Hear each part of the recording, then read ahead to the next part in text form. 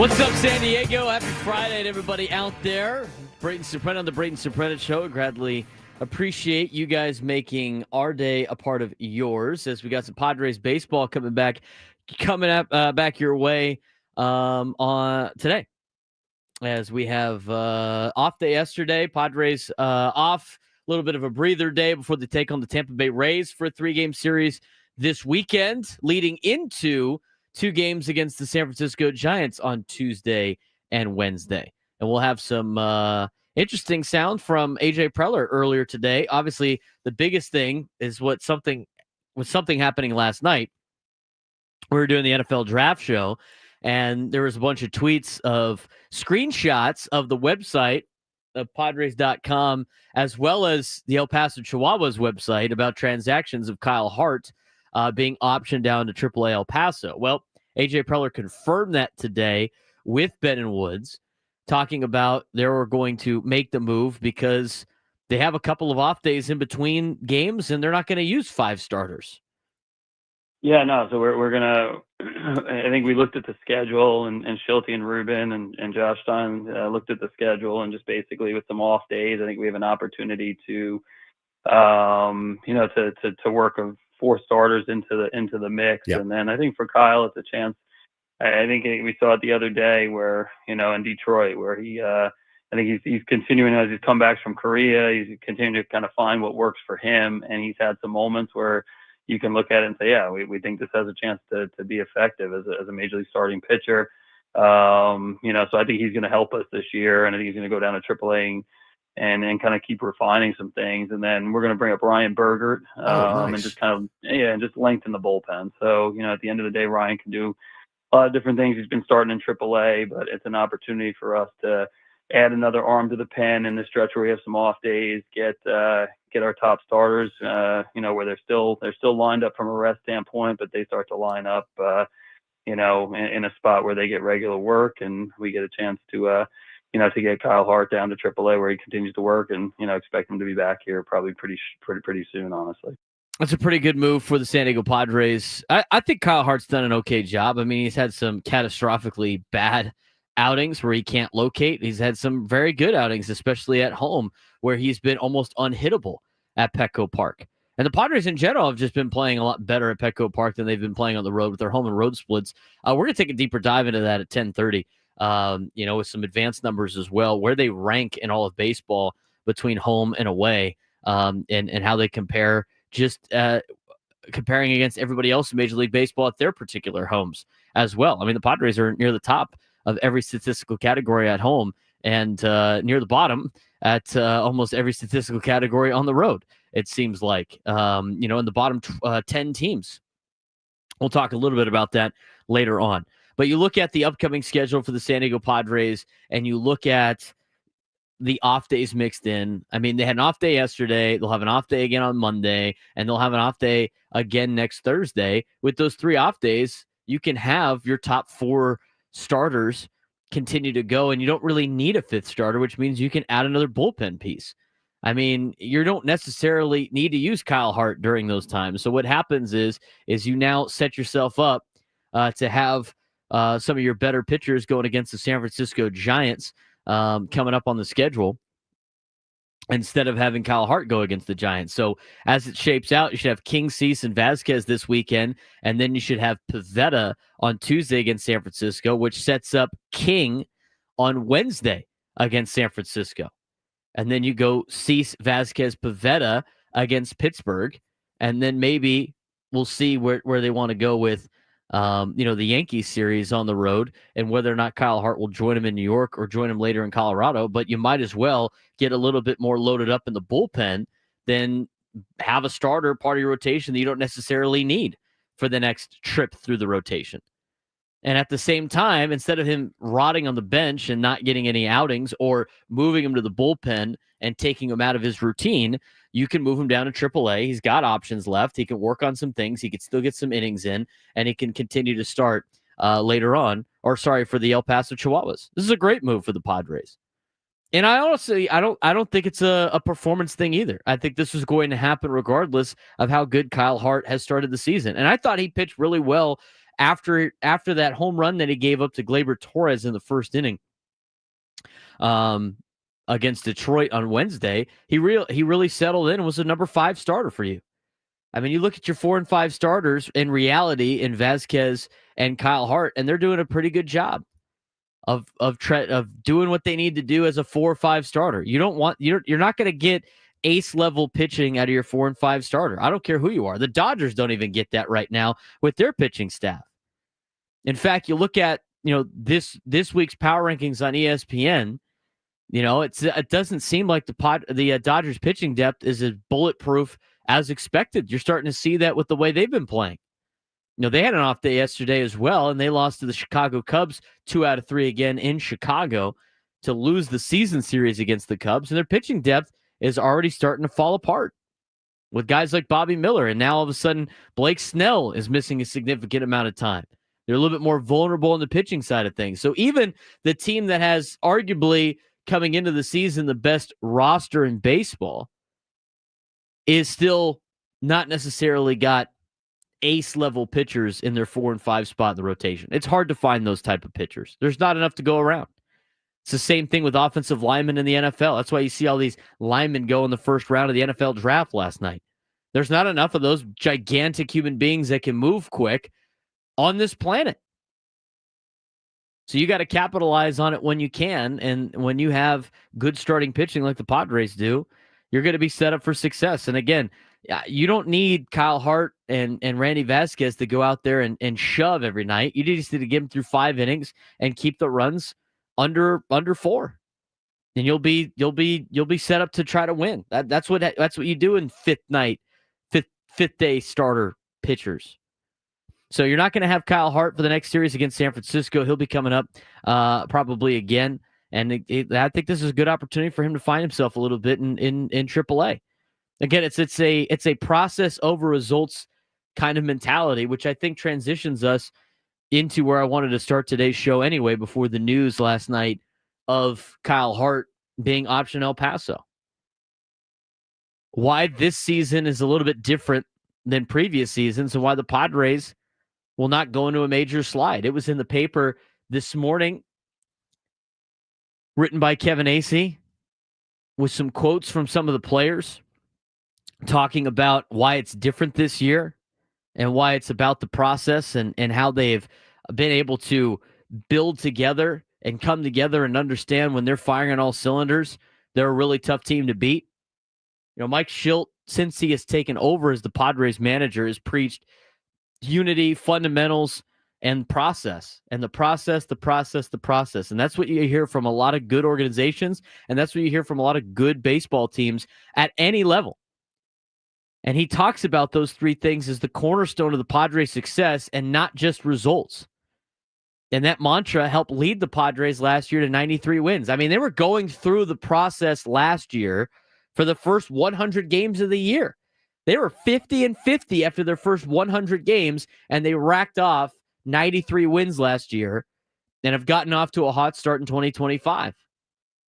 Even amid the injuries of Luis Arraez and Jake Cronenworth and Jackson Merrill, Padres continue to win through clean baseball and detailed-oriented preparation.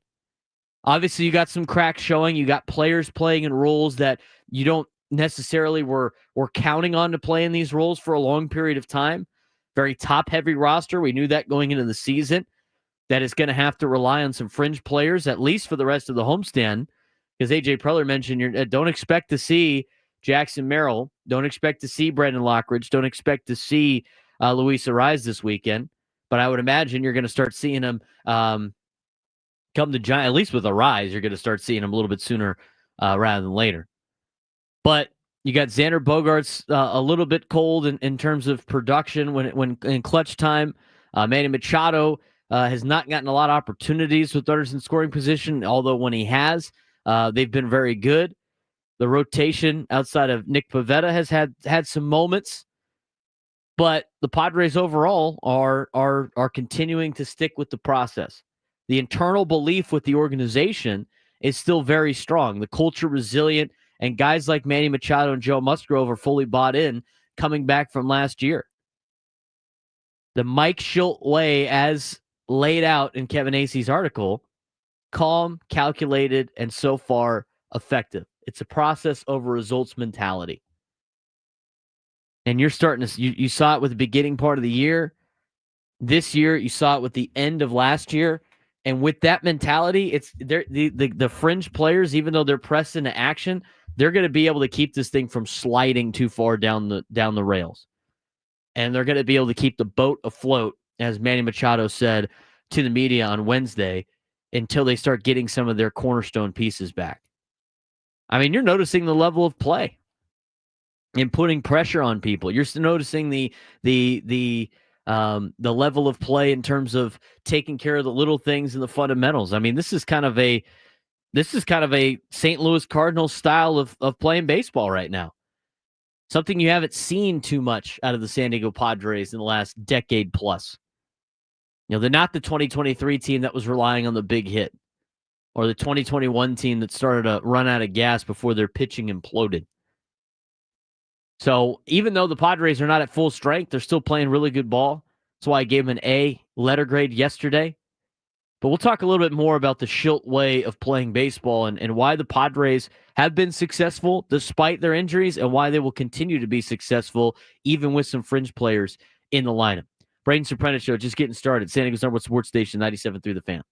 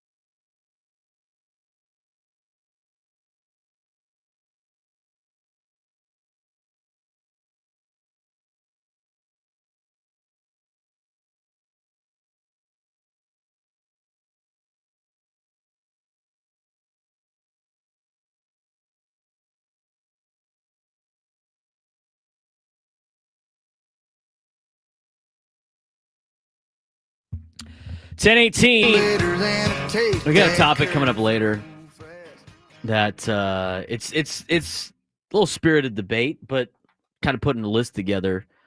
And the question is about Fernando, especially with the year that he has had to start the season and everything that he's been doing.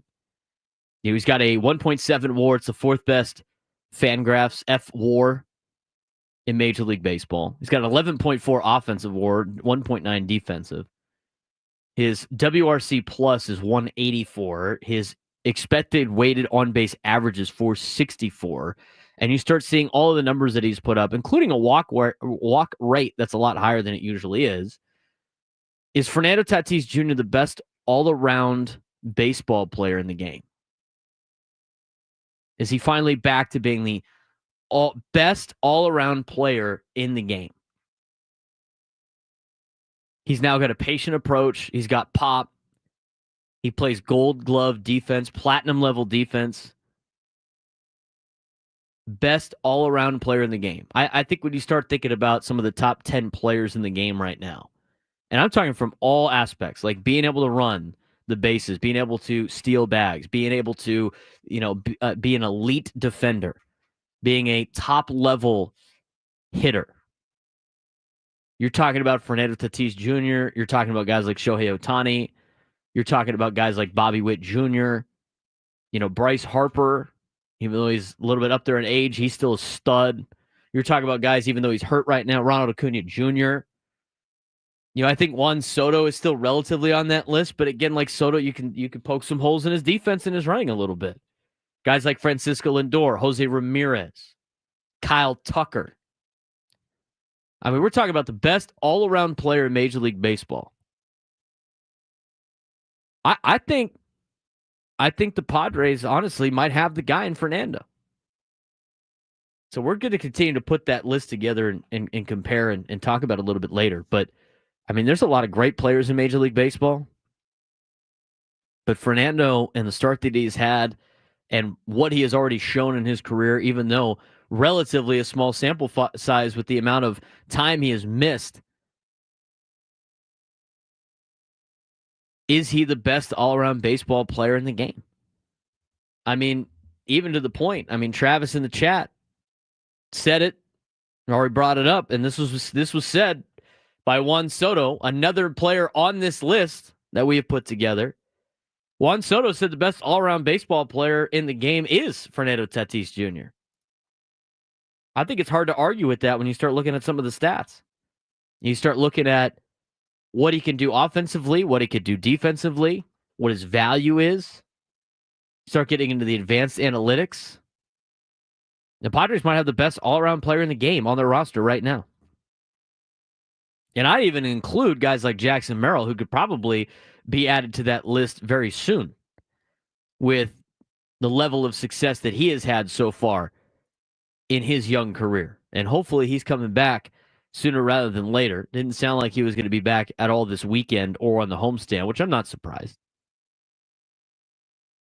I would imagine the earliest he's back is probably in Pittsburgh against Paul Skeens and the Pittsburgh Pirates, which I don't know how that's laying out yet. If the Padres even get to face Skeens. And as of right now, according to ESPN.com, it's not Paul Skeens in another round through. I mean, Padres missed Skeens twice last year. And coming up in the week, Skeens is expected to pitch on Thursday against the Cubs, which means you will miss Skeens completely Friday, Saturday, and Sunday of next week. That's very interesting. Could you imagine the Padres go through the entire 2025 year and they don't have to face Paul Skeens again? Yeah, maybe he is hiding. He's hiding from Jackson Merrill. Doesn't want to face the real rookie of the year. I kid. I want to talk a little bit more about this, Padres start to the season that they have had, but really why it's different from other years and kind of that Shildt ball with process over results. Again, some of the results have not been that great in the last couple of games. I mean, the Padres are 2-4 in their last 6. And if you look at the last 2 games against the Cubs, Padres are 3-5 in their last 8. A little bit of a tough patch after starting the season with a great record of 14-3. But a couple of things that really stood out to me on this article from Kevin Acee about why this team's going to be very successful. Again, Mike Shildt talking of process of results.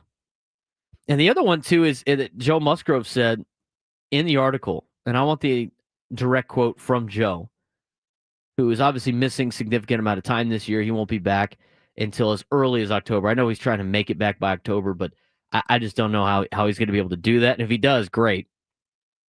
But this is what Joe Musgrove had to say about the status of the team and kind of that camaraderie and everything that's going about with the Mike Shildt-led team. The expectation is just at such a higher level than it's been in the past. You're getting a lot of buy-in from everybody. I think a lot of that is because you saw last year when everyone was truly bought in. We saw the results we got. We saw the way that the team felt, the chemistry, the understanding of where we're going and what we're going to do, and then the preparation. I have never seen a team prepare the way that we do, knowing every single thing about the other team and any hole that they give us or any weakness, any tip that they have. That's pretty impressive. I mean, that's another big reason why the Padres have had success since that series in Cleveland, where they were 50-50 after getting run out of the building in the first game against the Guardians last year in the first game of the ceremonial second half after the All-Star break, which led to a great second half to the season.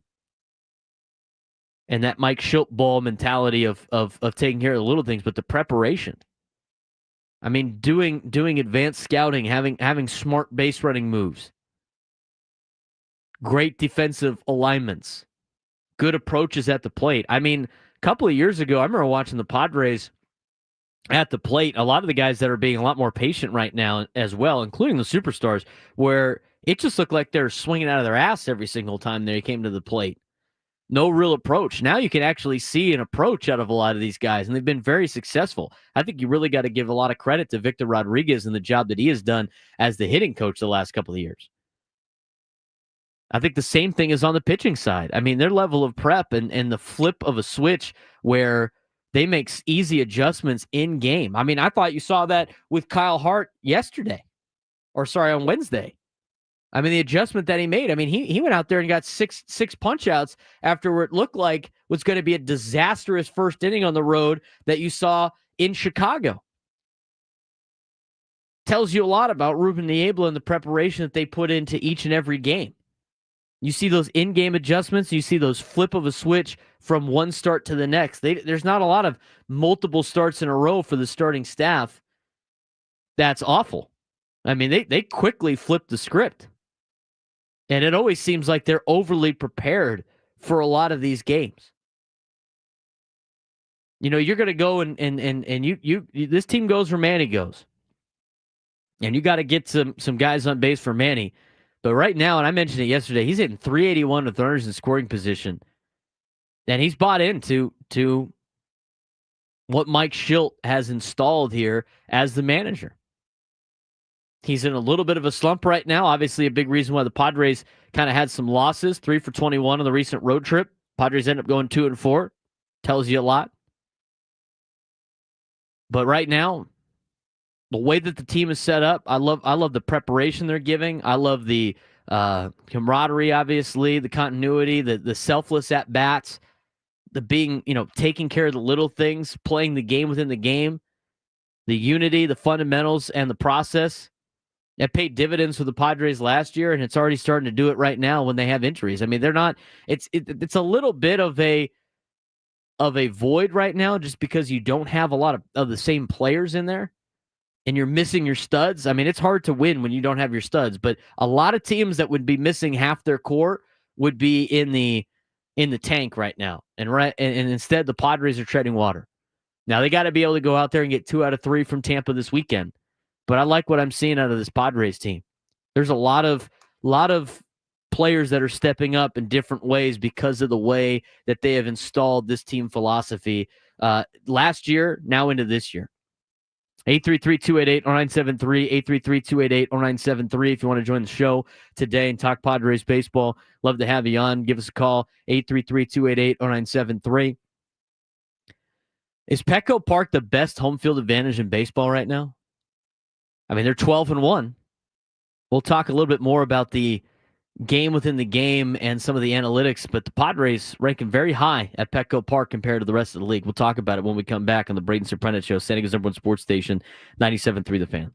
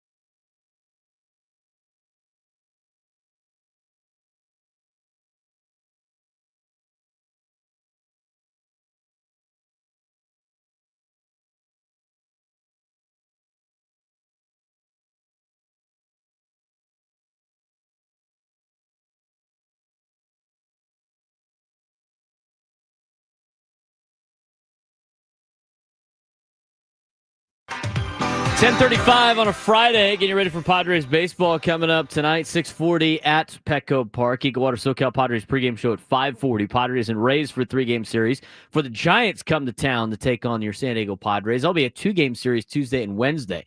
Padres will have an off day on Monday and an off day next Thursday, which means they don't need a number 5 starter in the rotation, which is why Kyle Hart last night, as you saw on a lot of the websites, SanDiegoPadres.com or Padres.com and the Chihuahuas website, saying that the Padres optioned Kyle Hart. That was confirmed today by A.J. Preller on Ben and Woods. He will be sent down to AAA to continue to throw and pitch because they don't need Kyle Hart as a number 5 starter the next time through the rotation. Instead of just skipping him and having him sit, he's going to get some work in as they go about, and they need some bullpen help for this. If you're not going to use a number 5 starter, why hold the roster spot when you can fill it with Ryan Bergert of the Padres organization, another bullpen arm for the Padres as they start 5 games here at home to start their next homestand, a place that they have been very successful, a place that might be the best home field advantage in all of Major League Baseball. I mean, we see it on television. We hear it on the radio. They sell out almost every single game. And then you watch the Padres play on the road, and there's like nobody at a lot of these games. We got some stats to kind of back up some of those claims of being a best home field advantage in Major League Baseball. We'll get to that in just a little bit.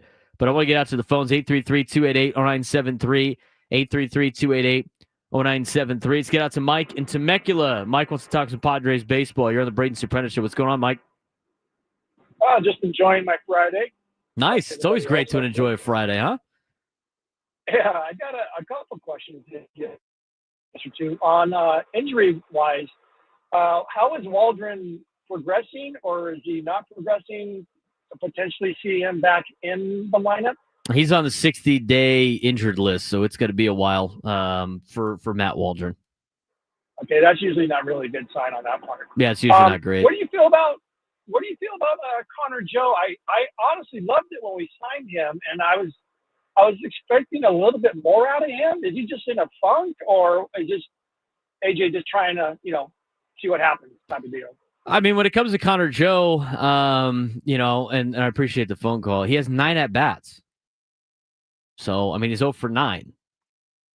It's a tough. I mean, you could go. A lot of these guys go 0 for 9 over a course of a season, so it's not overly concerning. I mean, obviously it's not great. You would hope he would come up here and swing, but he's 0 for 9. He's got 9 at bats. You usually need 300 before you can make an opinion on somebody, right? So, he's off to a rough start. I thought he'd get a couple of hits by now, or at least one hit by now, but as it is, I mean, he's got 9 at bats. It's the same thing with like Tirso Ornelas. Like Tirso Ornelas hasn't looked that great either. He has like a handful of at bats, and the last one he hit was actually he was robbed of potential extra base hits just because of where he was playing. But Tirso's got 6 at bats. So it's really hard to judge like some of these guys when they don't have a lot of at bats. But I get what you're saying. You got to give them more time. I mean, if you're going to give Yuli Gurriel more time, you got to give Connor Joe and Tirso Ornelas a little bit more time. Not a lot you can come out of with 9 bats and 6 bats. 833-288-0973, 833-288-0973. I want to talk a little bit about the Padres and playing at Petco Park. And it's been noticeably different for San Diego pitching at Petco Park and hitting at Petco Park than it has for them playing in other spots around the country. And you look at their overall numbers, and you can look at Fangraphs, and they got a lot of analytical numbers. They have a lot of, traditional numbers as well. And where the Padres rank at home compared to where they rank on the road, 2 other teams in baseball playing at home and playing on the road. Petco Park has been arguably one of the best or toughest places to play for most teams in Major League Baseball. And I think a lot of that has to do with you guys out there. You look at some of their home splits. Padres this year are top 10 in every offensive category statistically in Major League Baseball at home. 7th in hits, 10th in doubles, 7th in runs, 9 in RBIs, 6 in walks, 6 in strikeouts being low, 4th in stolen bases, 3rd best batting average out of all teams playing at their home ballpark. The only categories that they're not top 10 are triples, which they're last. They haven't hit a triple at Petco Park. And home runs are 13th, but they're a team that doesn't hit a lot of home runs to begin with. You look at their advanced numbers. Their walk percentage at home is 2nd best in all of baseball. Their strikeout percentage is 2nd best in all of baseball. Their walks per strikeout, 2nd best. Their on-base percentage, 4th best. Their slugging percentage, 8th best. Their OPS, 6th best. Their worst offensive statistical category in the advanced numbers is their batting average on balls in play. They're hitting .309 at Petco Park, which is top 10 in Major League Baseball. Their weighted runs created is 9th best. Their weighted, or their WRAA is 6th best. Their weighted on-base average is 5th best. Their weighted runs created plus is 3rd best. As a team, they have a 129 weighted runs created plus, which means they're 29% better than the average Major League Baseball team at home. 3rd best in Major League Baseball. You look at their pitching numbers. Their ERA at home is a 1.30 ERA. It's the best in all of baseball. They're 5th best in hits allowed. They're 9th best in triples allowed. They're best in earned runs. They're 5th best in home runs allowed. They're 4th best in walks allowed. They're 8th best in strikeouts. Their opponent batting average at Petco Park is 174. That's the best out of any team in Major League Baseball. 2nd best in on-base percentage allowed. 3rd best in slugging percentage allowed. 2nd best in weighted on-base average allowed. You start looking at their advanced numbers for pitching. They got the best strikeout to walk ratio in all of Major League Baseball at Petco Park. You look at their K through 9, it's 8th best. I mean, again, top 10 across the board in every advanced pitching metric. Left on base percentage, 90.4%. The Padres at Petco Park, when they inherit runners, or should I say, when the runners get on, they strand runners 90.4% of the time. It's the best in Major League Baseball at Petco Park. The best. Then you start looking at their road numbers. They're either 15th or worse in every road batting statistic. And this is every team playing on the road. Padres are 15th in doubles, 18th in home runs, 22nd in runs scored, 24th in RBIs, 25th in walks. Now, they are the 6th best in strikeouts and 7th best in average, but that carries everywhere. That's going to play on the road. Their walk percentage goes to 27th in baseball. They're the 2nd best in walking at home. They're the 27th best at walking on the road compared to every other team in baseball playing on the road. Strikeout percentage is still the same. Again, they're not a team that strikes out a lot. On-base percentage is 13th compared to 4th at home, 16th in slug, 13th in OPS. They're actually better on a batting average on balls in play. But you start looking at their weighted runs created plus, 16th best in baseball on the road, 3rd best at home. 13th weighted on base average on the road, 5th best at home. So you look at what they're doing at home and you look what they're doing on the road, and they're like two drastically different statistics. You look at the pitching. I mean, the pitching is also in a spot where it's just not nearly as good on the road. You look at the team ERA. Padres have the 21st worst ERA in Major League Baseball on the road at a 4.81. Hits allowed. They're actually not too bad at that, but they're hits allowed. They're in the top 10. You look at strikeouts on the road for the Padres, and again, not a high strikeout team. They're 5th worst as they come in at 26. Opponent batting average on the road, you're looking at 13th best. You're looking at the weighted on-base average on the road for the Padres pitching staff. And again, that's not very good. That's about 15. I mean, every one of their metrics in that drops significantly on the road compared to what it is at home. I mentioned before, the Padres have the best strikeout per walk ratio at home, the best, 4.1. On the road, it's 23rd best. Correction, I looked at that wrong. 26th best, even worse, 1.7. They have a 4.1 strikeout to walk, so they will strike out 4 batters before they walk 1. Best in baseball at Petco Park. On the road, they will only strike out 1.7 batters for every 1 walk. It's almost 1-to-1. 26th best in baseball. Strikeout percentage for the pitching staff on the road is 23rd best. Walk percentage on the road, obviously you want that to be a very low number. Padres are 27th on the road. The opponent batting average, as I mentioned before, is 13th best. Their left on base percentage, this is the interesting one to me. When the Padres are pitching at home, they have a 90% left on base percentage, which is best in baseball. On the road, it's 70%. 17th best in Major League Baseball. They're fielding independent pitching at home for the San Diego Padres this year, 2.51, best in baseball.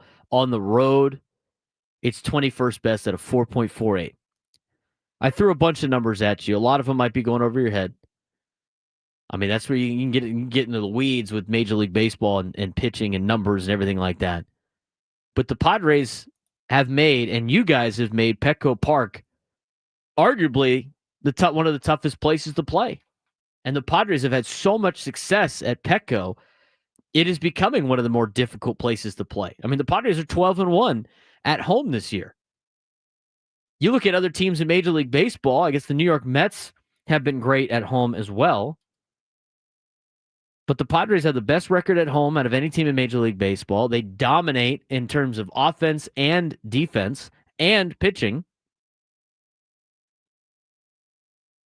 And that is a huge advantage for San Diego every time that you're going to have a home series. Now, I think this weekend will be the biggest tester for them because the Padres will be with, obviously, they're going to be without Jackson Merrill, and they'll be without Luis Arraez. They'll be out Brandon Lockridge. They'll be without Jason Hayward. I mean, all the same players that were out on the road trip are going to be out for this homestand. So this will be their biggest tester. But if you look at overall records in Major League Baseball at home, they're tied for the best record in baseball at a 12-1 record with the New York Mets. And the Mets have won 7 straight games, in which 3 of them have been at home against the Phillies this week. This is a huge advantage for the Padres. A big reason why they have had a red-hot start, being 12-1 at home, having a dominant bullpen, and we'll talk about the pitching staff in a little bit. Having a breakout start to the year for Nick Pivetta, Fernando Tatis Jr. looking like the best player in baseball with his new plate discipline. But some of those numbers, I mean, are just so drastically different between home and on the road that you're getting some Petco Park magic here early in the season. And I think this is something that will continue, especially into this weekend against the Tampa Bay Rays and hopefully against the San Francisco Giants. And a lot of it has to go, I think a lot of the credit's got to go to you fans out there, going out and supporting each and every time. I mean, we've talked about it ad nauseum on this show. I mean, the Padres have made Petco Park the place to be, and you guys have answered the call every single time and have invested in this team by going out and showing the support. I mean, I remember times, it's not too far in the past where, you go on Tuesday night against the Washington Nationals, it'd be like they would announce 20,000, but there couldn't be more than 12,000, 15,000 people there. They have, as Maria said, has become the 10th man, if you will, for the San Diego Padres. They feel that energy too. And I don't think that's cliche, and I don't think it's the team and the org, kissing the fans' ass for showing up every single night, right? And always want to support the fans. I mean, you're going to get that out of a lot of organizations. You're going to get that out of a lot of, post-game conferences and players. And that's always the case when you get the pre-games, the first day signing of a player. Well, I really love the Padre fans. You guys are making an impact, and you can tell. I mean, let's take the Tampa Bay Rays, for example, and we'll see what this weekend holds. I mean, they just played in Arizona, didn't have anybody at their games all weekend because they never have anybody at their games. And they're playing at a minor league ballpark. And they've had not gigantic crowds. And when you throw a team that has been playing casual, I don't want to use the term casual, but I kind of want to say casual baseball, like casual regular season baseball. And you guys know what that was like. Petco Park is just like, yeah, it's all right. And then you'd watch a game between like the Giants and the Dodgers back when the Giants were going to World Series every even year. I mean, they would sell the place out. It looked like a playoff game. It was just a drastically different approach that you'd have to take. But you got teams that are playing in front of casual crowds. Obviously, the weather's kind of an issue. School's still in session, across the country. So you're not getting gigantic crowds in a weeknight. But when you have teams that aren't playing in front of big crowds, and then you have to go to Petco Park and play in a playoff level atmosphere, it's different. I mean, it just raises the bar a little bit. High stakes, high stress, and teams haven't been able to handle that so far this year.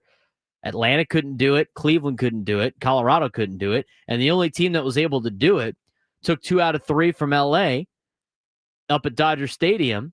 And then we're only able to get 1 game against the Padres, and it was an extra innings. I mean, the only loss the Padres have had at home were an extra innings, and they had the tying run at third base, and they had the go-ahead run at first. Think about that. I mean, the Padres are 1 hit away or a contact play away or whatever you want to say in that Cubs game from being a perfect 13-0 at home. So this weekend will be the big tester, I think, in terms of the roster being a little bit different. But nothing like getting right at home, which is so funny because last year, and Brandon brings it up in the YouTube chat, last year, I mean, the Padres couldn't win any game at home. I mean, they were just struggling at home. That's why you had guys like my friend Matt, who were 0 for 13 to start the year at Petco Park. I mean, it's not his fault. Padres just could not play at Petco Park for some reason. Playing with a batter's eye the last couple of years. It's been like, well, maybe there's too much pressure. It's playing at home. And now it's like the best place ever. Now it's like the best place ever, which is super cool. I mean, like the atmosphere you're getting at Petco Park is phenomenal. 833-288-0973, 833-288-0973. What do you think about the Padres so far? Getting into this weekend. Again, got to flip the script after having a losing road trip. First losing road trip of the season. They'll have 3 games against Tampa coming up this weekend, and then 2 next week against San Francisco before they're back on the road to go to Pittsburgh and to New York, and then I think to Colorado. So kind of a long road trip, the longest road trip, one of the longer road trips that you'll have this season for the Padres. 3 in Pittsburgh, 3 in New York against the Yankees, and then 3 in Colorado before you get to welcome the Angels back on May 12th. 833-288-0973, 833-288-0973. Got the top 10 teams in baseball through 25 games into the season, according to ESPN's Power Rankings, and 10 questions facing each of them. We're going to dive into that as we start the second hour of the show. We're going to talk a little bit more about what A.J. Preller had to say with Ben and Woods. Obviously, he gave us the roster move of Kyle Hart going down to AAA El Paso to get some more work in, because the Padres during this kind of stretch of games don't need a number 5 starter. Instead, Ryan Bergert will come up to be the extra bullpen arm for the San Diego Padres. And then we talked a little bit about the pitching dominance that the Padres have had. We're going to really dive into that about noon. I mean, 7 shutouts in 24 games. That's tied for the most ever through that span in Major League Baseball history. And you're tied with teams like the 92 Braves, the 68 Cleveland Indians, the 1958 Yankees, the 1945 Tigers, 1914 Red Sox, the 1909 Athletics. And a lot of those teams have something in common, which is good news for the Padres. We'll talk about that in the 12 o'clock hour. But when we come back, we'll look at the top 10 in Major League Baseball in terms of their power ranking on ESPN and some big lingering questions for each team that we will answer as we continue on the Braden Surprenant Show on San Diego's #1 sports station, 97.3 The Fan.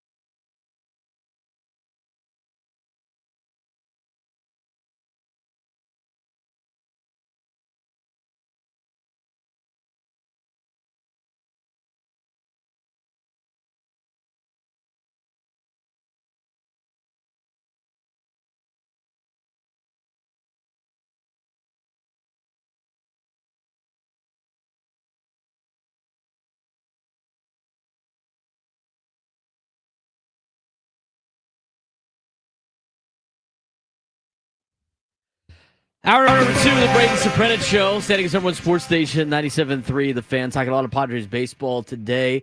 We'll try to dive into a little bit about the NFL draft later on in the show. Opening round of the NFL draft was fun. A lot of different storylines as well.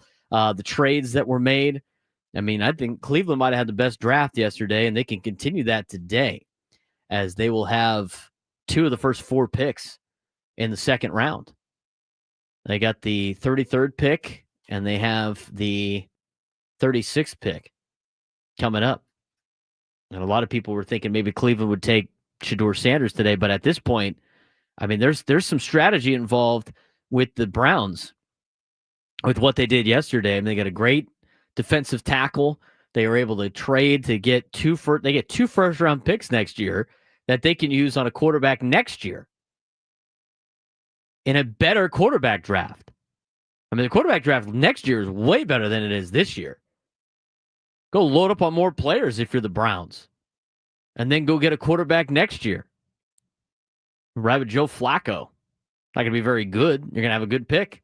And then they traded with a team in the Jags. The Jags always pick top 10 in the draft.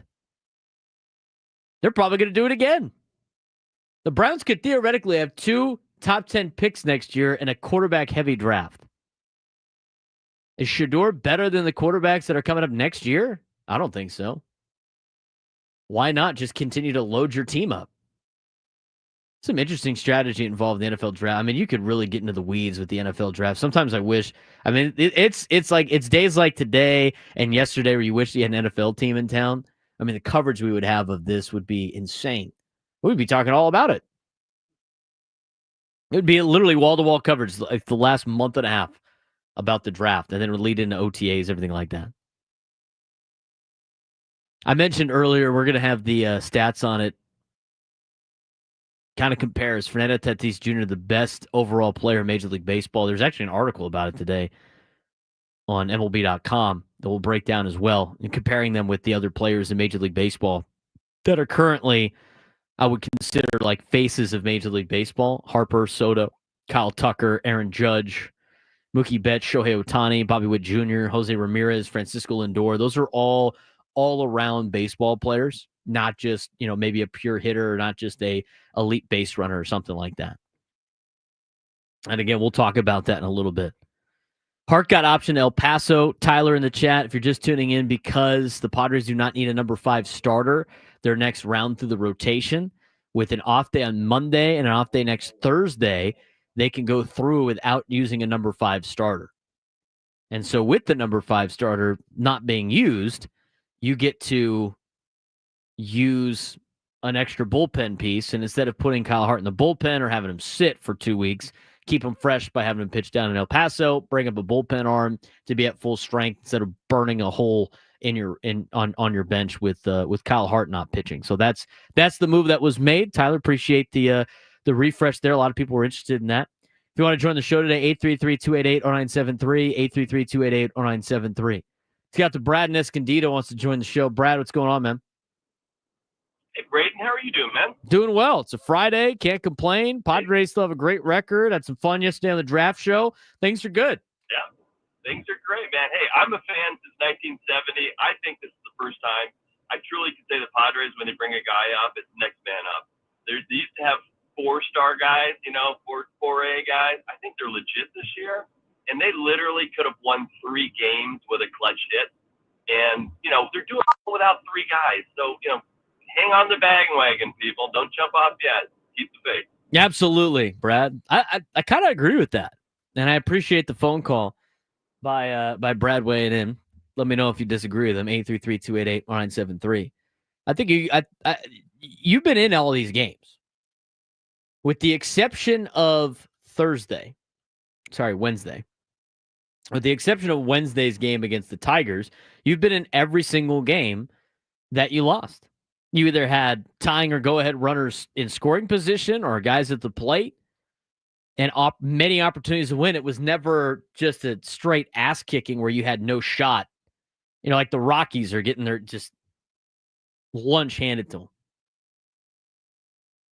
But this team, even with a lot of the bench pieces they have, they got the veterans. Now, you got a lot of inexperienced guys right now because a lot of the veterans are hurt too. But you have players that are filled in nicely. I mean, guys like Jose Iglesias is filled in nicely. Tyler Ward has been very serviceable for the San Diego Padres. He's doing a great job flipping the order back to the top, taking walks. And we talked a lot about this yesterday. Gavin Sheets went 0 for 7 in his final 2 games in Detroit, but he's been doing a great job. There's a lot of good things to be said about this Padres team and where they're at. They're only a game behind the Mets for the best record in baseball. I didn't realize that was a criteria to being good. You just have to be the best record in baseball. I think a lot of fans obviously see that there's cracks in the system right now.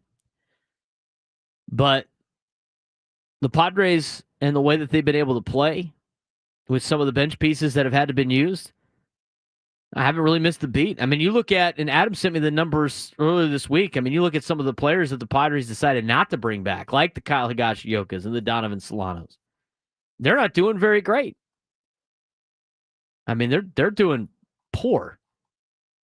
Preller's been on it on a lot of these guys. And when you have the roster that you have, and you've spent the money on your core group of players that you have, and you don't have a lot of money to spend to find other pieces, and you got to add on the fringes, you have to part ways with guys like Donovan Solano. It's kind of a pump and dump. I mean, you got to use them and then let them go away. I mean, Donovan Solano this year in 38 at-bats has 3 hits. He's batting .079 with a run and an RBI. People were devastated he didn't come back. He's 37 years old. You got the best out of him. It's time to move on. Kyle Higashioka, same thing. I mean, I thought Higashioka was great. He was great for the Padres. Starting to hit a little bit better now, as he's gotten up to 12 for 43, but he was struggling at the beginning of the season.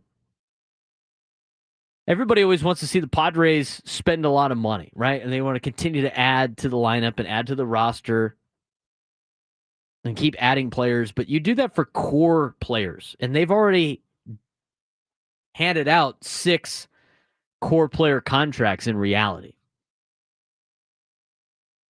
So you're not going to add any more of those until some of those start coming off the books, or you trade, but you're not going to trade any of them. And so you have to add at the fringes and on the margins, and you've done that so far with some of these players. I mean, Gavin Sheets has been a great player for the Padres so far this year. Jose Iglesias has been great so far this year. Tyler Wade's helped out. It'd be nice to see guys like Connor Joe a little bit more. Oscar Gonzalez has been a nice little upgrade for the Padres. I mean, they're going to continue to find these players. You can't roll with them forever. And the other thing too, and I've been told this a long time, you can't fall in love with ball players. You just can't. And so there's a lot of times and a lot of instances, for you as a Padres fan where you have a guy like Kyle Higashioka or Donovan Solano, fan favorite for what he did as a role player, and just know he's not going to be able to do that forever. You can't just hand out contracts like that. I mean, Donovan Solano, he let walk. Good move so far. Kyle Higashioka got his numbers up a little bit more. Okay, maybe a missed opportunity, but what you had to pay for him was not going to probably suit your team as well. Jurickson Profar, couldn't afford him, had to let him walk. He's not even playing right now. David Peralta hasn't been picked up. I mean, there's a lot of players that helped the Padres out in 2024 that you just have to be like, thanks for the memories. And then you move on to the next guy. And it's going to be the same thing. Hassan Kim's missing some time this year, and we'll see what he does when he comes back with the Rays. But thanks for everything. Thank you for your service. And then you move on to the next guy. The players you don't do that with, guys like Jackson Merrill, guys like Fernando Tatis Jr., guys like Manny Machado, guys like Xander Bogaerts who you signed a contract to for a long period of time. I mean, these are the players that you don't do that with. That's why they're on the team. That's why they're part of the core. That's why the Padres say what they say if they've already spent the money. It's already been spent on these particular players. 833-288-0973, 833-288-0973. Again, Tyler brings up a good point. A lot of people loved Kim, but it just didn't make sense to keep him. It didn't. You already spent the money on Xander Bogaerts to be your everyday shortstop, which is going to upset a lot of people. But you look at where the Padres were at, they already signed the contract. You couldn't have two players on $20 million a year. And we'll see what Kim's got later in his career. I mean, he's got a prove-it deal right now with the Rays, and he's missing the first couple of months. You're not going to see him this weekend, at least playing. I don't even know if he's with the team on the trip, if you're going to be able to see Ha-Seong Kim. But again, a lot of the situations, like somebody said, will Xander ever get an RBI? He's got to hit a lot better with runners in scoring position.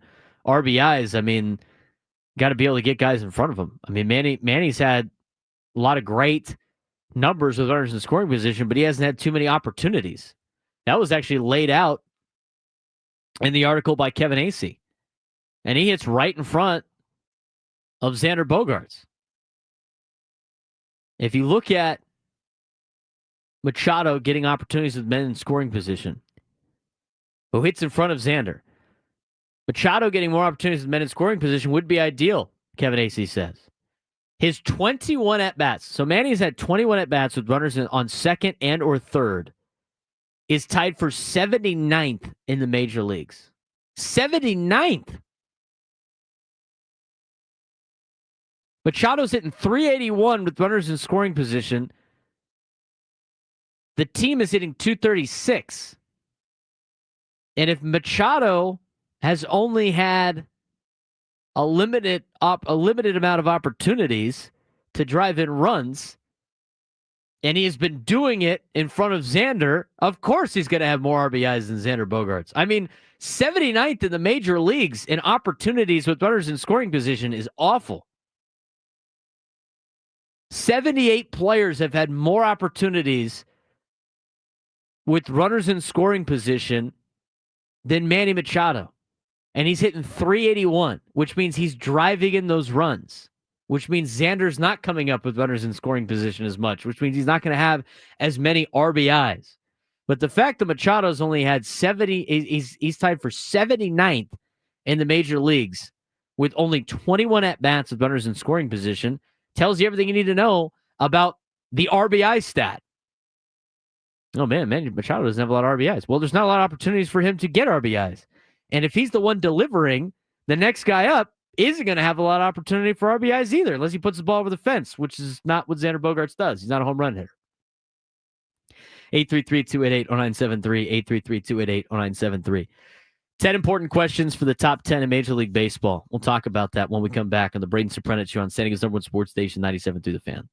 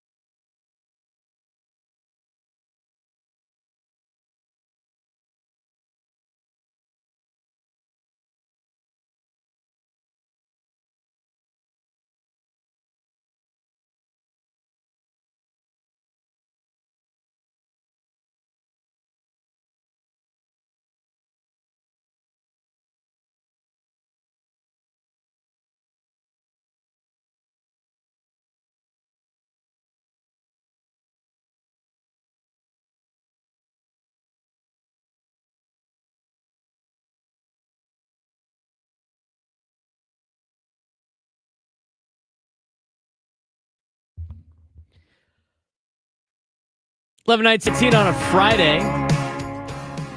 We got some Padres tickets to give away for Tuesday's game, if I'm not mistaken. Tuesday's game against the San Francisco Giants. It will be the Tony Gwynn rookie bobblehead night. First 40,000 fans will receive a free Tony Gwynn rookie bobblehead. Get tickets at padres.com/tickets. We'll be giving those tickets away in the 1 o'clock hour, so stay tuned to the show and try to win yourself some tickets. Go get the Tony Gwynn bobblehead. Tony Gwynn rookie bobblehead. It's a pretty cool bobblehead. We showed it off last week when it was in studio. Again, it will be on Tuesday, as mentioned before. It was celebrate Mr. Padre and collect this item. Must have for all faithful fans. Be a first come, first served basis. First pitch set for 6:40 on Tuesday. Gates open to the public 90 minutes prior. So arrive early to secure your giveaway item. For more information, go to padres.com/giveaways. But we're giving away 2 tickets to that game coming up in the 1 o'clock hour. 833-288-0973, 833-288-0973. I want to mention baseball coverage on 97 through the Fan is presented by T-Mobile. Head to T-Mobile.com and get a great deal on an iPhone 16 Pro. It's talking about baseball coverage, and we are going to dive deeper into whether or not Fernando Tatis Jr. is the best overall baseball player in Major League Baseball player. We'll kind of compare his numbers against the other 9 best overall players in Major League Baseball coming up later on the show. But talking about the top 10, according to ESPN, they put out their power rankings. And there's some serious questions for a lot of these teams. Coming in number 1 this week, as they were last week. Actually, they're number 2 last week. Padres and Dodgers flip-flop. Dodgers coming in number 1 this week. They're 16-9 as of yesterday when they did the overall look at the power rankings. 16-9. They're a game out of first place behind the Padres, a half game behind the Giants. Despite their stacked offseason, injuries are testing their invincibility already this year, and their pitching depth isn't as bulletproof as expected, but they're still winning. Although that being said, the Dodgers have now lost 2 in a row. They've played 5-5 ball in their last 10. And after starting the season 8-0, in their next 17 games, they've gone 8-9. And they have had some issues with their starting staff. They had some issues with their bullpen or with their pitching depth. Tony Gonsolin has a back injury. Blake Snell with a shoulder injury. Blake Trinan has a forearm injury. Michael Kopech's got a forearm injury. All added to the injured list before the end of the season's first full month. And though none of their aforementioned injuries are considered serious, for now at least, they offer yet another reminder of how delicate pitching depth can be. Dodgers have still won in spite of that, not at the rate that many expected them to, perhaps, but enough to keep them among the sports elite. That's from Alden Gonzalez of ESPN. Are the Dodgers overrated when it comes to their pitching staff? I think so, a little bit. I mean, the Padres pitching staff has been one of the best pitching staffs in Major League Baseball. In fact, they have the third best team WAR from a pitching standpoint behind Houston and behind the New York Mets. The Dodgers are 9th with a 2.8 F-WAR as a team. If you look at some of the other numbers and across Major League Baseball, they're fielding independent pitching. Padres are 5th, Dodgers are 9th, still top 10. They're expected fielding independent pitching. Dodgers are 6th on the list. Padres are actually 18th. They've had a little bit of luck mixed in. Look at the overall team ERA. As mentioned before, Padres are 2nd. The Dodgers are 16th in team ERA. And one of the stats that I do like to look at, the left-on-base percentage. Padres have the best left-on-base percentage as a pitching staff in all of Major League Baseball at a 79.1%. A lot of that coming here at home, Petco Park, where they're 90%. The Dodgers' left-on-base percentage is 19th in Major League Baseball at a 71.6%. Their batting average on balls in play, Padres 4th best as a pitching staff. Dodgers are 21st best as a pitching staff with a 292 batting average on balls in play. Home runs per 9, Padres top 3 in baseball. Dodgers give up a lot more home runs. They give up about a home run per 9 innings. That's 14th best in Major League Baseball. Is the pitching staff for the Dodgers poor? No, I wouldn't say that. But the pitching staff for the Dodgers is not the elite level that I think a lot of people expected them to be. So from that standpoint, I do think it's a little overrated. They're getting a lot of injuries so far early in the season for their pitching staff. Padres have had a lot of injuries, but it's more with position players. I mean, pitching is very important. But you look at the Dodgers, and they're not getting the level of production they were expecting out of some guys. I mean, guys like Tanner Scott have not been great for Los Angeles either. Blake Snell's going to miss. I mean, he's on the injured list and missing significant amount of time. I'm sure the Dodgers will try everything in their power to go trade at the deadline and try to get more pitching. But as of right now, when you look at overall pitching and pitching being the thing that wins more times than not, then albeit the Dodgers were able to win with only 2 starters last year.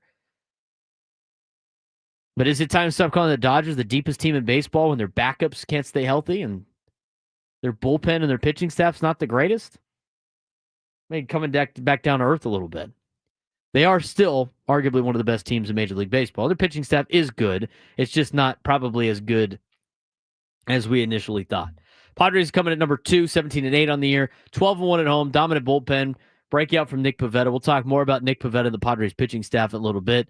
Fernando Tatis Jr. looks like the best player in baseball with his new plate discipline, and we'll compare his numbers to the other superstars in the league later on as well. The New York Mets coming at number 3. They've had a great start to the year with their ERA. I mean, their pitching staff's phenomenal, and it's really surprising with some of the names that they have in their starting rotation. They, just like the Padres, have had a very good home field advantage, high energy at Citi Field. Mets and Padres are kind of like the same team. They got some superstars at the top. It's a very top-heavy order for the Mets and the Padres. Their pitching staffs are both great, and they both do really well at home. A question for the Mets: are the Mets finally getting over their LOL Mets era?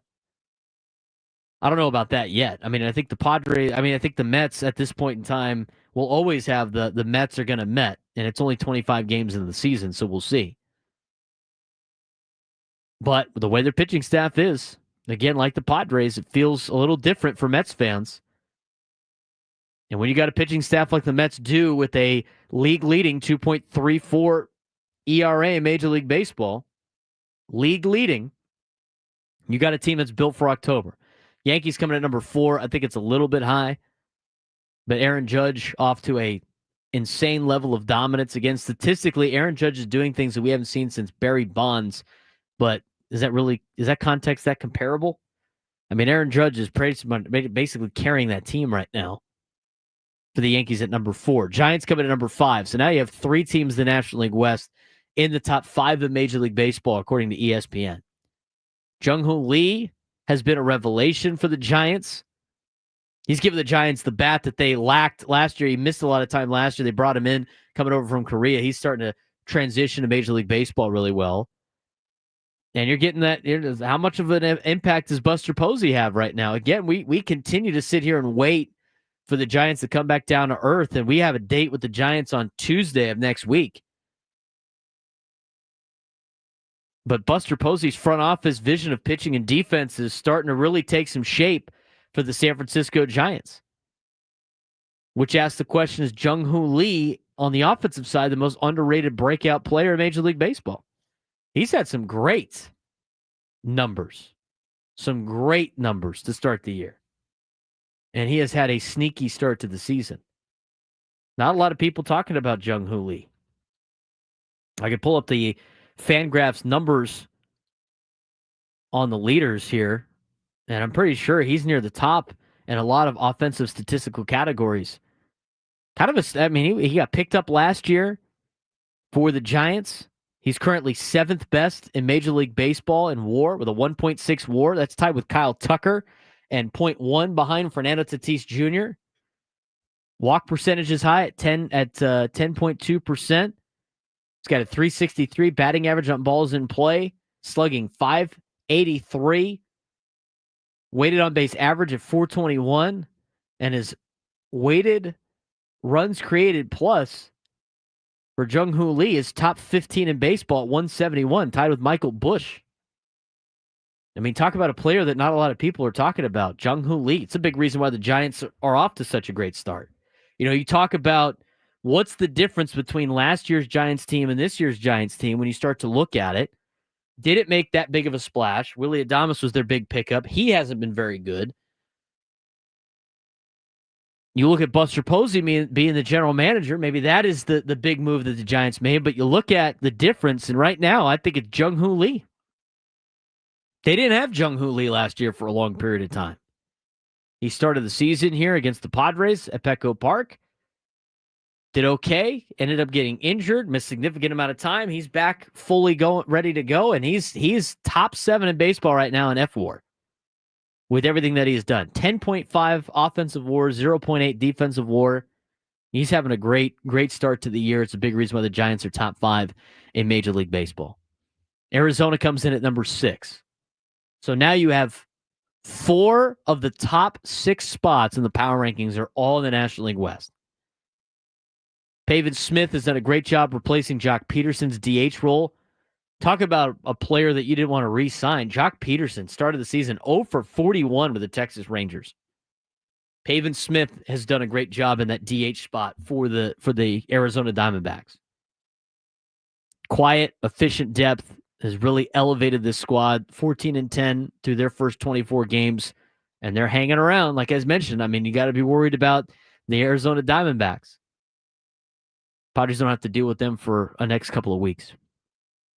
Cubs coming at 7. They've winning games late inning rallies, offensive first mentality. Pitching is a little shaky. The bullpen's not very good, but their bats are coming alive. I mean, they're one of the best offensive teams in Major League Baseball. And you have a couple of them near the top of F-WAR in Major League Baseball. Kyle Tucker and Pete Crow Armstrong. Pete Crow Armstrong's got the 3rd best WAR right now in Major League Baseball at 1.9. 8.7 on offense, 5.6 on defense. Pete Crow Armstrong having a great season to start the year at 294 with a 549 slugging percentage. You pair him with Kyle Tucker. The offense for the Cubs has been great, and they've played some really tough competition to start the year. Can they slug their way to a division title without reliable pitching? I mean, the pitching for the Cubs is not great. So the argument all the time is pitching wins in the playoffs, pitching wins. Cubs will be a good case study unless they trade at the deadline, and there's not a lot out there to trade. And we had Kyle Glazier on the show a couple of weeks ago. I talked to him in the press box. I mean, he thought Sandy was going to be a Cub by the season's end. Sandy Alcantara. That'd be a pickup that the Cubs would definitely need to make because their pitching staff is lacking. It's a little beat up as well. Can they be an offensive first team and be just as successful as everybody else in baseball who has really good pitching staffs? Phillies coming at number 8, 13-12. They continue to have bullpen issues, especially Jordan Romano. They spent $8.5 million on Jordan Romano in the offseason, 13.5 ERA. Should the Phillies regret signing Jordan Romano? I still think it's early. But 1 month in, he's been an absolute disaster. Can he turn things around? Tigers coming at number 9, Rangers at number 10. Don't want to spend too much time in the American League. But when we come back, AJ Preller was on with Ben and Woods. He had a lot of important things to say. We'll hear from that when we come back on the Braden Surprenant Show on San Diego's #1 sports station, 97.3 The Fan.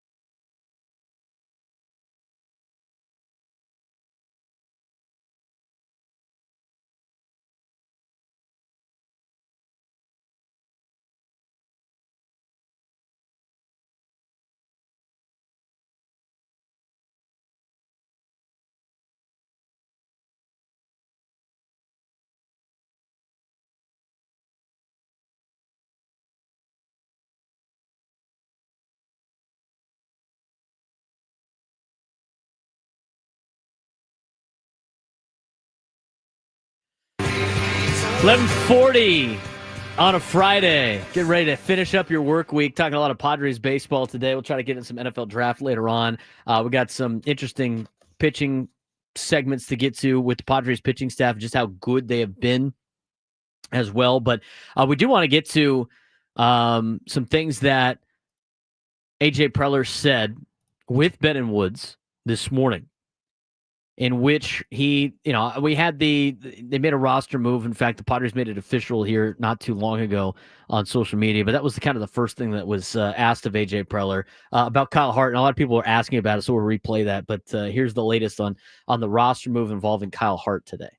Yeah, no, so we're going to, I think we looked at the schedule and Shildt and Ruben and Josh Stein looked at the schedule, and just basically with some off days, I think we have an opportunity to work of 4 starters into the mix. Yeah. And then I think for Kyle, it's a chance. I think we saw it the other day where, in Detroit, where he, I think he's continuing as he's come back from Korea. He's continuing to kind of find what works for him. And he's had some moments where you can look at it and say, yeah, we think this has a chance to be effective as a major league starting pitcher. So I think he's going to help us this year. And I think he's going to go down to AAA and kind of keep refining some things. And then we're going to bring up Ryan Bogaerts nice. and just and just lengthen the bullpen. So, at the end of the day, Ryan can do a lot of different things. He's been starting in AAA, but it's an opportunity for us to add another arm to the pen in this stretch where we have some off days, get our top starters, where they're still lined up from a rest standpoint, but they start to line up, in a spot where they get regular work, and we get a chance to get Kyle Hart down to AAA where he continues to work, and, expect him to be back here probably pretty soon, honestly. Yeah, so you're going to have this weekend King, Cease, Vasquez, and then you'll go Pivetta, King, Tuesday, Wednesday against the Giants. And then you go Cease, Vasquez, Pivetta, and then King against the Yankees. So you can go through it a couple of times with full days rest with the amount of off days that they have this next week. They have Monday off, and they will have Thursday off. And then after New York and Pittsburgh, they will have the other Thursday off in the second week of May before they get back home to take on the Halos. So with all of those days off mixed in, you can keep everybody on a 5-day rest period. You could get the starters, continuing to stay on their same workload, their same routine, as well as Kyle Hart can do the same thing in El Paso. So big move for the Padres. Not really a big move, but an intelligent move for the Padres to keep Kyle Hart fresh, let him work on some things in El Paso, let him continue his routine with the Chihuahuas, bring another bullpen arm up since you're not going to use a 5th guy in the rotation for the next couple of trips through, and kind of a procedural move here for the San Diego Padres. Other things that AJ Preller got to, obviously they've been off to a pretty good start. Team 17-8. The last couple of games or so, stretch has not been as great, but overall, I can't imagine AJ Preller having thoughts on the team 17-8 start not being positive. Yeah, obviously you want to get off to a good start, and I think we've shown that playing at Petco, I think the energy with the crowds have been incredible. And again, we know our division's going to be tough, and we've been able to go out, and it's not like everything's gone our way. I think, we've had, we'll talk about it, I'm sure, but dealing with some of the injuries we've dealt with, it's been an opportunity for a lot of guys on the roster to contribute. We've seen, Toddy and Manny and those guys do their thing, and the bullpen's been good. And, starting pitching is, in general, seeing, King, Cease, Pivetta, those guys kind of take the lead in the rotation. So, there's been a lot of good. Obviously, we've had some challenges, but, I think, again, you want to get off to a good start, and I think we have so far, and hopefully we'll build on it. AJ Preller on with Ben and Woods earlier this morning. If you missed any of the interview, we're playing some of the clips right now.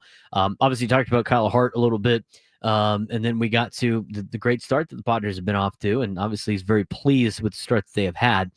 You look a little bit further, and obviously a lot of people want to know what's going on with the injured list for the San Diego Padres, and guys like Luis Arraez and Jackson Merrill and Brandon Lockridge and Jason Hayward. There's a lengthy list of Padres players that are starters and players that made the opening day roster that are currently on the injured list and on the mend. When can we expect to see any of them back? and you get into, Sunday night baseball and you're excited to see a good game. And a few minutes into the game, you're dealing with a really serious situation. So I thought everybody handled it well from the medical side. I'm very appreciative for, the Astros and their group and how they handled it. But yeah, he's in concussion protocol. So he's doing well. He'll be at the ballpark this weekend. But there's some steps that he's going to need to take to get back on the field. So, we take that seriously and then see how the next few days go for Luis, and hopefully he has a great weekend. And we're talking about Luis next week as ready to come back and play and bring his energy, his bat, back to Petco. I think with Jackson and Lockridge, hamstrings, they've been progressing, and they've been doing well. It's just not an injury that I think we feel like, you can't really, there's no shortcuts there in terms of coming back. I think everybody's had pulled muscles and, any kind of muscle strain, you come back too soon. You look up and then you're talking about more months than weeks. So, I think with Merrill, with Lockridge, I think there's still some more steps that need to be done. They're going to start to progress on the field this weekend. From a baseball activity standpoint, we'll get a better sense of the time frame, but hoping we're now starting to kind of shorten that distance of those guys getting back on the field and start to get a little bit better sense of when that will exactly be.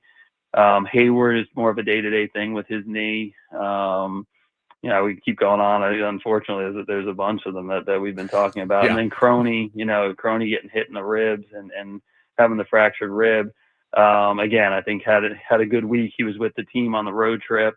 I think it's a matter of him starting to figure out, how aggressive he can be in terms of getting back on baseball activity. If he hits the ground, how's that going to feel? But again, I think Crony, Merrill, Lockridge, it's probably not on this homestand. But I think we'll start getting more information this weekend and start getting a better sense of the exact time frame for them. I think they're kind of past the initial just recovery stage, and now they're going to start doing some more baseball activity here shortly. What's the latest on Darvish's timeline?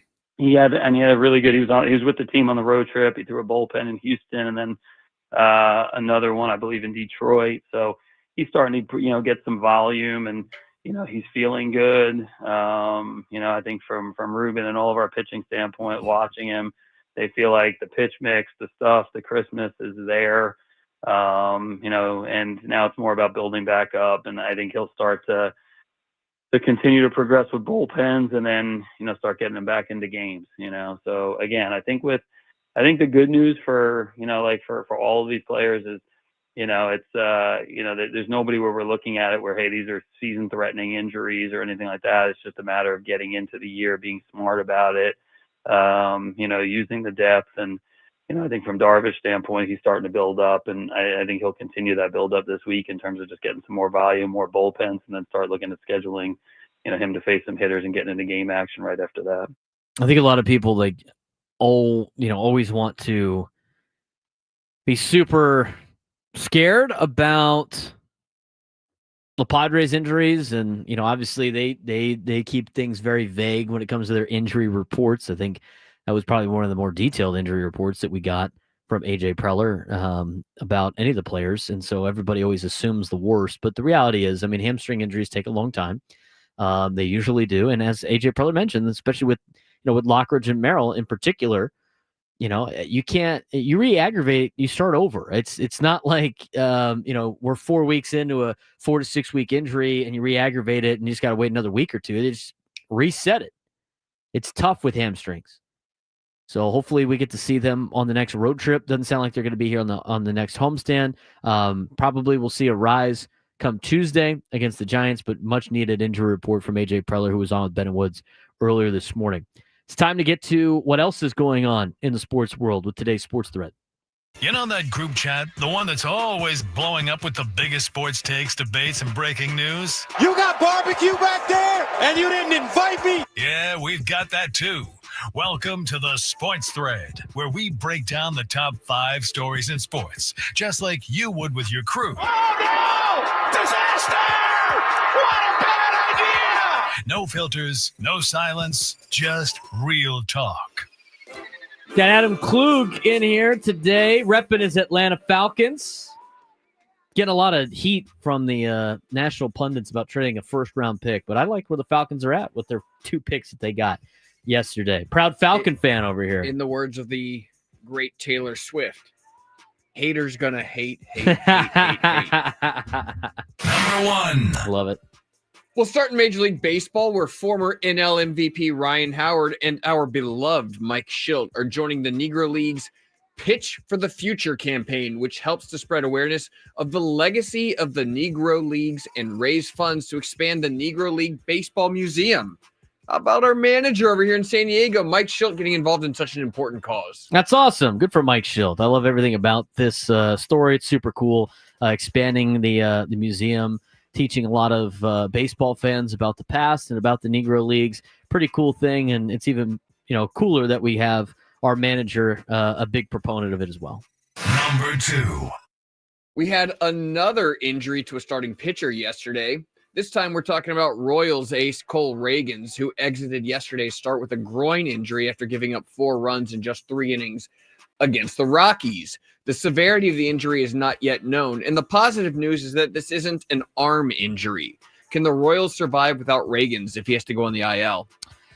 I think the Royals might be able to survive, and I think the biggest thing is the fact that the competition in the American League is not very great. It's not very good. I mean, so they're going to have to keep the boat afloat. I don't think it's that big of a deal. I think they're going to be okay. Number 3. While the majority of the trade discussion from last night's draft surrounds trades that did happen between the Browns and Jags and the Falcons and Rams, one trade that did not happen is flying a bit under the radar. Adam Schefter reported that the Giants offered the Titans the 3rd pick in the draft plus next year's first to move up 2 spots to the number 1 pick, which Tennessee obviously declined. Should the Titans have accepted this offer?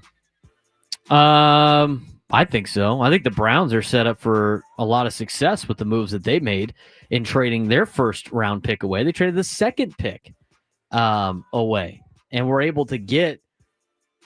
They have 2 first-round picks next year and a quarterback draft next year that's a lot better than this year's draft. I think Cam Ward's a good player, but where the Titans are at, they're not a player away. And by the time Cam Ward, is really hitting his stride, assuming he pans out to be what people expect him to be, you're only going to get about a year's worth of him on a rookie deal before you have to pay him a ton of money. So I probably think it would have been a good move for the Tennessee Titans. Get some more picks and load up on your roster because your roster is not very good.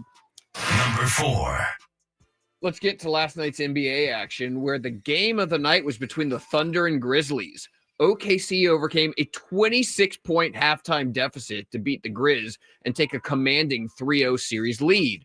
The bad news didn't stop there for Memphis, as Ja Morant exited the game with a hip injury after a hard fall and was spotted on crutches. Ignoring the Ja Morant injury for just a second, Braden, are the Grizzlies getting what they deserve in terms of blowing a 26-point lead and going down 3-0 after firing their successful head coach so close to the start of the playoffs? Are they getting what they deserve? I think so. Yeah, I would say so. I mean, I don't know what they thought was going to be any different than.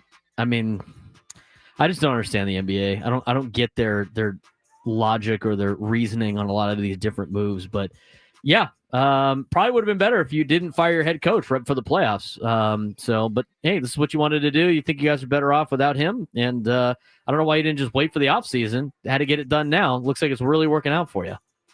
Number 5. Jimmy Butler's MRI revealed no structural damage, but he's reportedly in jeopardy of missing tonight's crucial Game 3 between the Warriors and Rockets. The series is tied at 1 apiece. How does Jimmy Butler's uncertain status impact which team you think will win the series? If he doesn't play, I think the Rockets are going to win. He's a big proponent. I know they got Steph. Steph is can carry a basketball team. I just with Butler being on the outside looking in, I think if he plays, it definitely helps the Warriors. I think the Warriors win the series if he ends up playing in the series. But if he can't go, I'll take the Rockets. And that's a look at the sports thread. What's going on around everything in professional sports? And we have a lot going on in professional sports. But we got a lot of other news coming for you as well. Padres will take on the Rays coming up this weekend. We'll get you more of a preview on that later on. We'll talk about a lot of Padres in the next segment, especially with their pitching staff. Padres pitching staff has been dominant, but you're going to like the company that they keep with some of the accolades and the stats they've already produced in the first 24 games of the year. We'll talk about that and just how dominant the Padres pitching staff has been when we come back on the Braden Surprenant Show, San Diego's #1 sports station, 97.3 The Fan.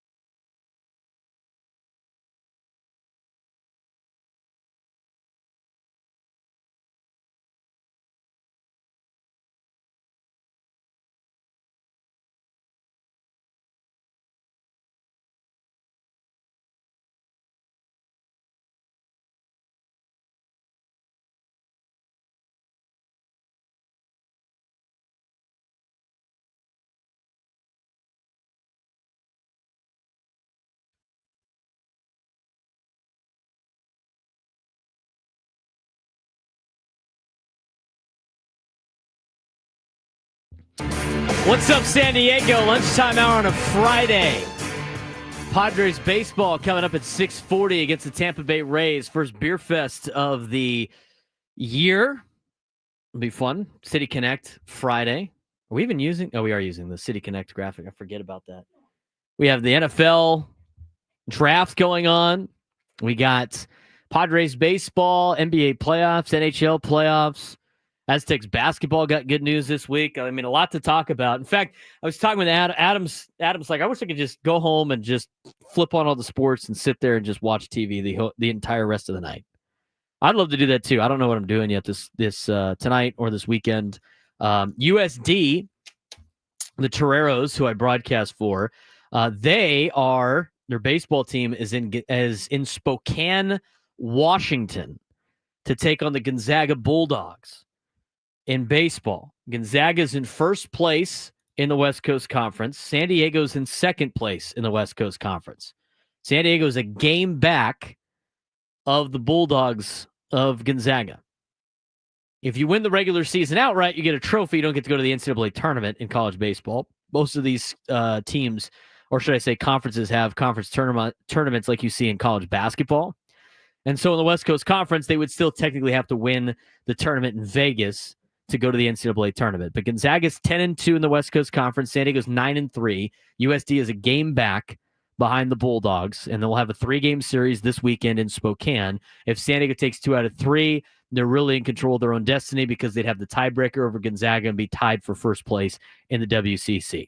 They lost the season series to LMU, 2-1. So if they end up tying with LMU, they'd be in a little bit of a jam, but they have a 1.5 game lead on the Lions.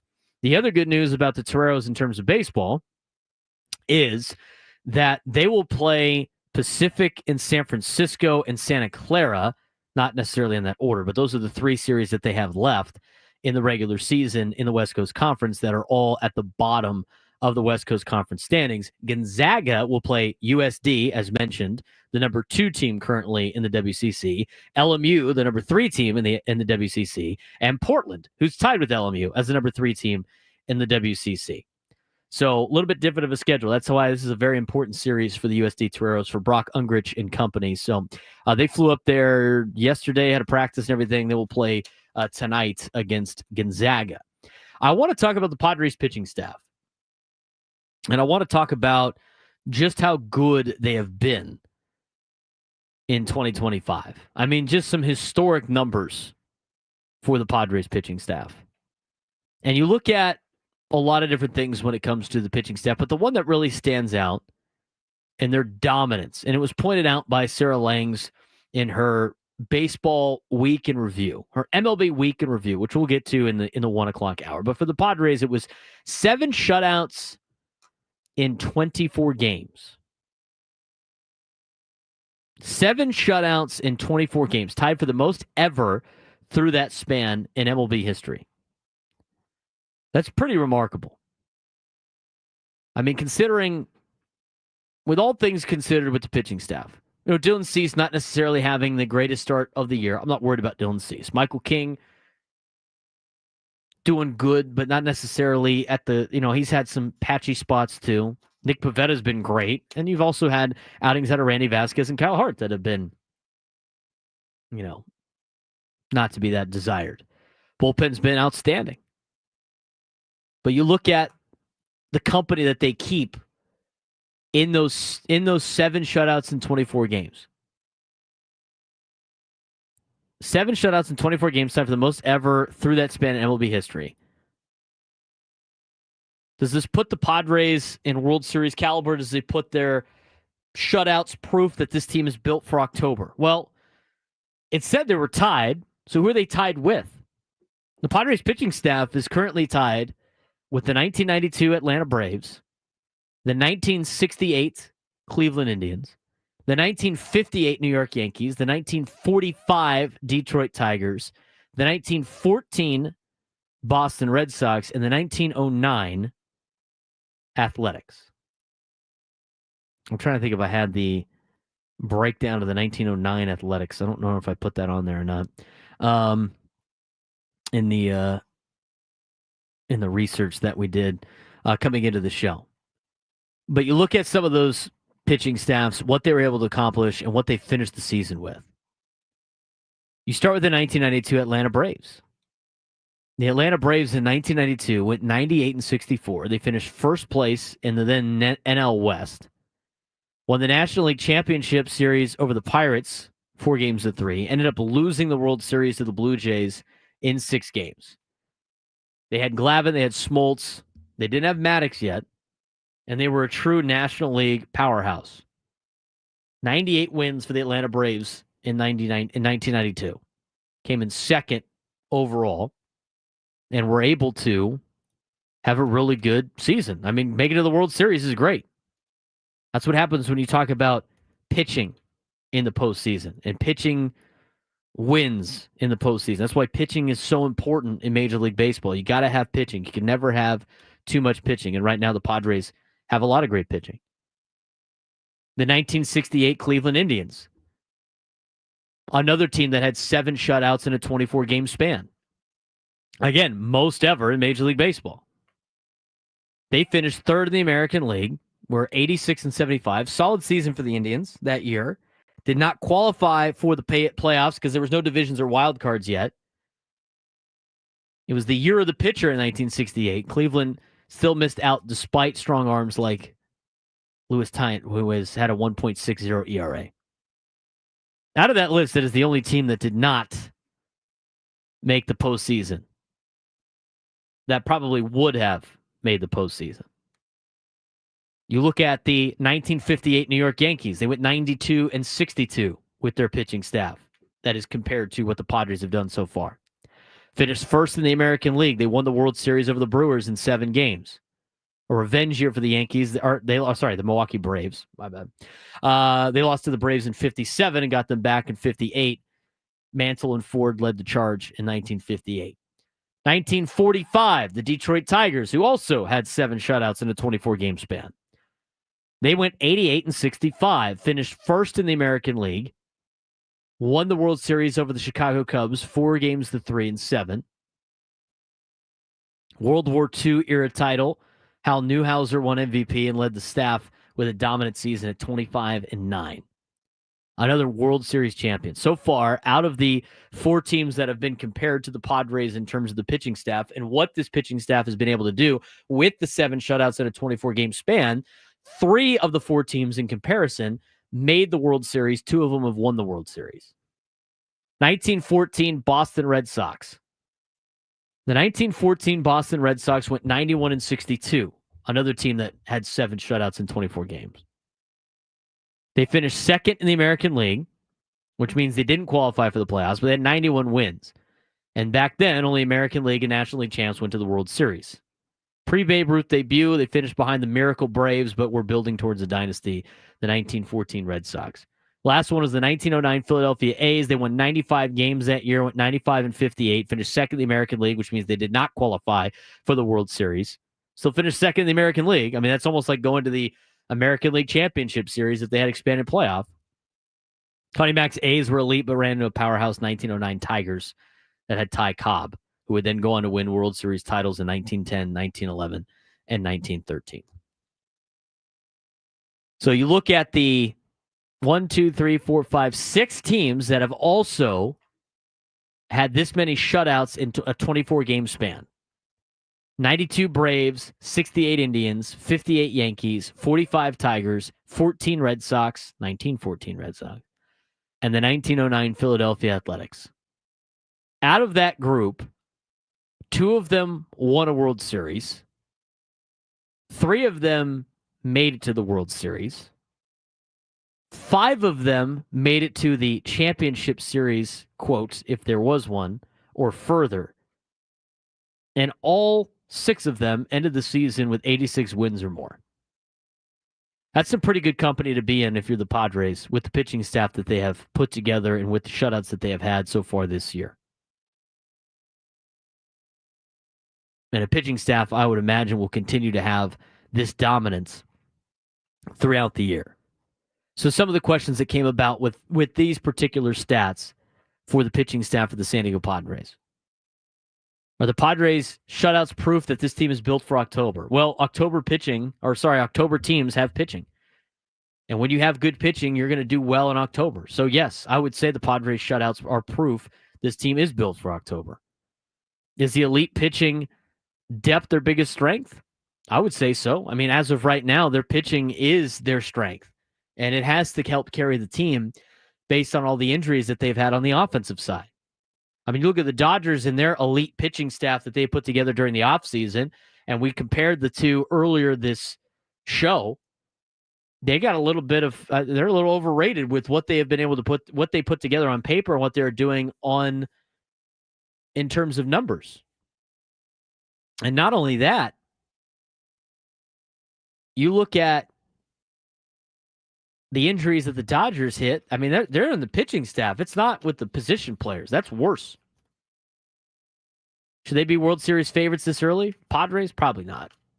But when you got a pitching staff like the Padres do, and the other teams that have accomplished what you've been able to accomplish with 7 shutouts in 24 games because you've been lights out on the pitching staff, you got to be considered one of the teams that could potentially raise the trophy at the end of the year. Still a lot of time left, only 25 games in the season. 833-288-0973, 833-288-0973. Nick Pivetta's having a breakout year. Just early season hype, or is this sustainable? We'll talk a little bit more about Nick Pivetta when we come back on the Braden Surprenant Show, San Diego's #1 sports station, 97.3 The Fan.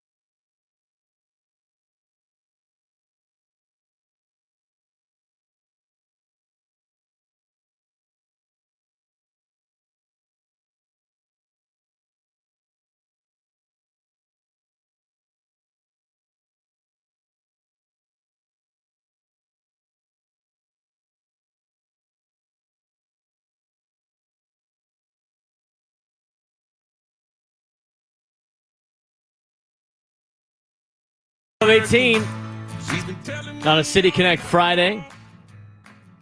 Adam brought this up yesterday about the City Connect Friday. It just seems a little bit more excitement for the weekend when you got a City Connect Friday and the Padres are in town. And you got, talking Padres baseball. We got the draft going on this weekend as well. Coming up later on the show, or not on our show, later on the airwaves, on Gwynn and Chris, Jose Iglesias will be on with Gwynn and Chris.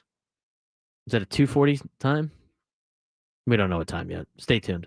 But Jose Iglesias will be on with Gwynn and Chris later on this afternoon. AJ Preller was on with Ben and Woods early this morning. If you missed any of that interview, you can go back in the rewind function on the Odyssey app or go check it out on YouTube. All of our shows are archived there or wherever you get your podcasts. Again, if you haven't done so already, you can follow me on social media at B_SURP at BSURP. Feel free to give us a like on the YouTube page. We really appreciate that. A lot of you guys watching on YouTube, it helps us out a lot if you continue to give us likes and helps us push our videos out to more people. So we greatly appreciate that. We got 22 likes. Try to get that up to 30 something today would be nice. So if you haven't done so already, give us the thumbs up and give us a like on the YouTube page. We really appreciate that. Again, follow me on social media at B_SURP at BSURP.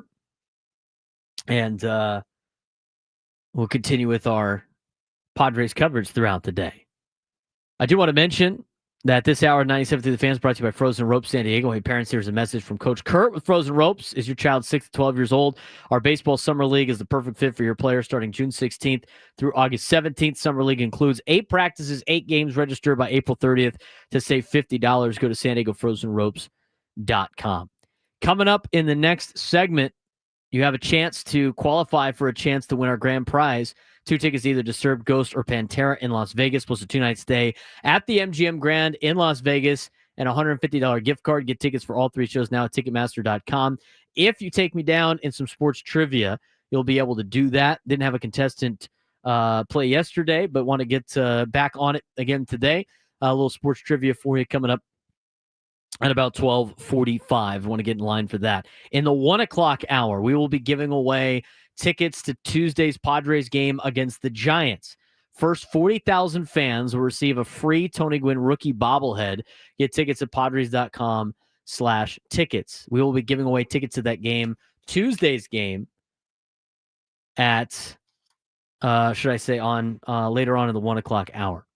Our game today will be draft related for all you NFL draft fans out there. So tune in, stay tuned, compete, call in, and try to win some tickets. Adam asked this question during the break, and I thought it was very interesting.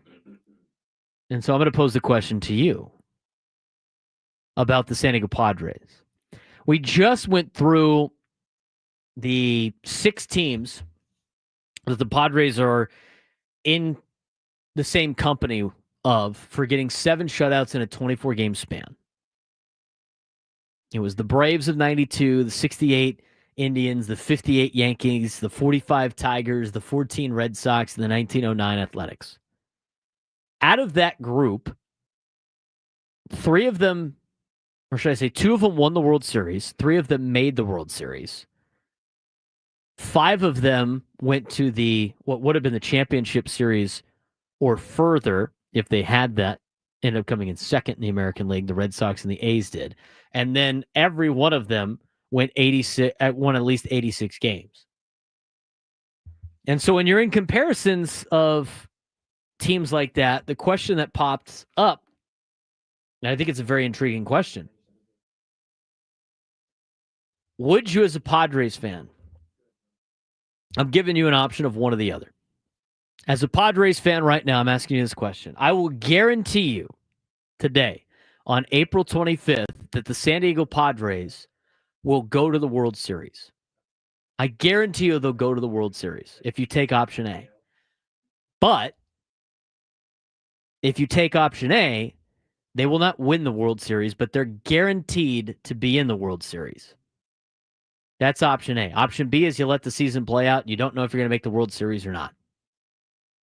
But you could potentially win the World Series in option B.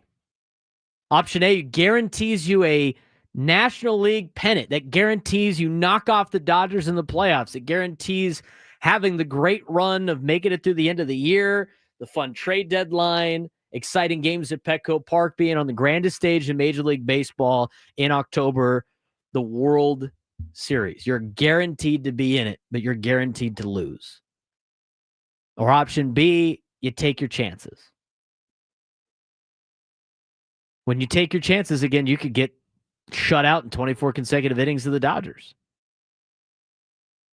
Option A or option B, Padres fans? It's so enticing, and right now you think about like, well, World Series or bust. In my lifetime, the Padres have been in the World Series one time. I was 3 years old. It was back in 1998. That was the last time they were in the World Series. They've been in the World Series twice, which means they only have 2 National League pennants. Only one team wins the World Series every single year. 29 teams are upset about it. And it's only about this game. Or this season, I should say. It's not about future seasons. I mean, they could make it there and then the next year roll the dice and end up winning. It's not like one of those you're going to be in a drought for 5 years in a row. It's just this season. Option A or option B. I'd take option A to guarantee a World Series appearance. You're in the World Series. I mean, it's hard to win those things anyway, to put everything together. You would have gone through the Dodgers at that point. You would have gone through a lot of division rivals to that point. You would have dominated the National League. You would have been able to hang a banner out in the outfield. Might sound like a little bit of a loser mentality just because you wouldn't guarantee the number one spot. But option B, you could not even make the World Series. I know with the Padres fans, but a lot of Padres fans are putting option B in there. And talking about, like, well, we've already been there before, twice, in 84 and in 98. Why would we want to sign up for that again? It'd be fun to enjoy the season of making the World Series. I mean, the thing is, if you knew the outcome anyway, it wouldn't be that great. But I would take option A. Option B, again, you could do it, roll the dice, and then all of a sudden you get smoked in the playoffs and you can start over again. And option A, you get at least the trip to the World Series. I've only seen it one time, and I was 3. I don't even remember it. That's how long ago it's been since even making the World Series. I've seen a lot of teams make the championship but never win. San Diego State basketball made the championship, didn't win. My TCU Horned Frog football team made the championship, didn't win. As long as they don't get blown out in the World Series, I think it would have been fine. Well, what says you? 833-288-0973, 833-288-0973. Everybody's picking B. World Series or bust. I'd take A. It's more of the safe approach, but I guess when you get to the World Series, you don't necessarily know. But that's the option. Otherwise, if you had, make the World Series and it's a 50-50 shot, I mean, everybody would take option A. Option B, you still have a chance to win. There's no guarantee that you even make it that far. You might not even make the playoffs in option B.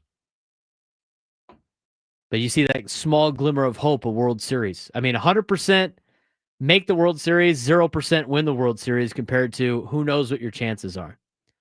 A lot of people are saying option B in the group. 833-288-0973, 833-288-0973.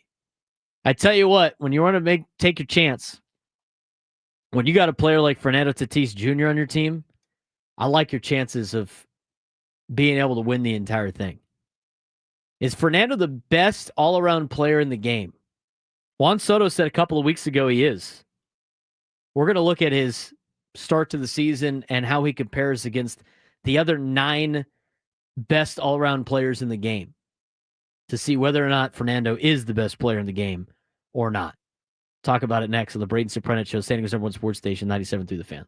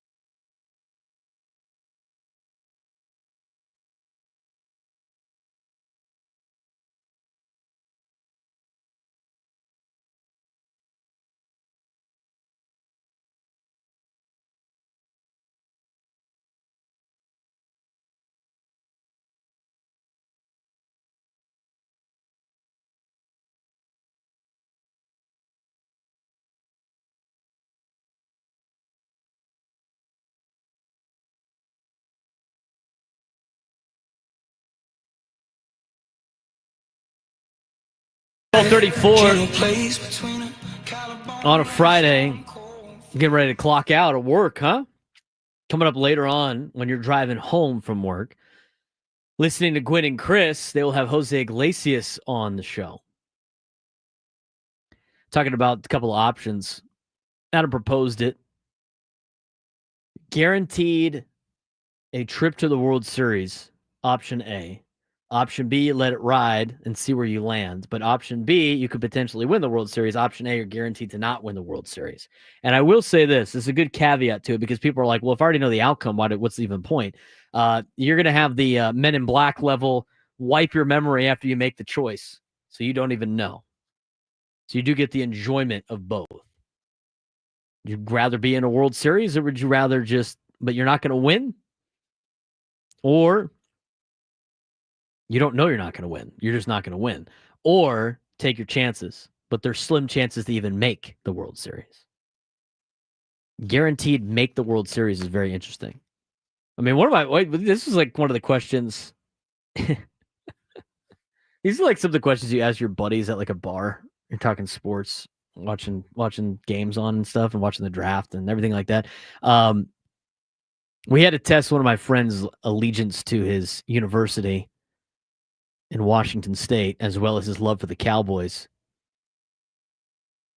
And we're like, would you sacrifice the athletic department in terms of like whether or not they still stay afloat in college athletics for Washington State for the Cowboys to win a Super Bowl? And he said, I would do it just for the Cowboys to make a Super Bowl. And then after that, Washington State got left behind in the Pac-12. So, and he hasn't seen the Cowboys go to the Super Bowl yet. I mean, that's kind of ridiculous. I don't know if I would do that. I wouldn't sacrifice the betterment of TCU athletics for the Padres to make a World Series. I'd have to guarantee a World Series for that.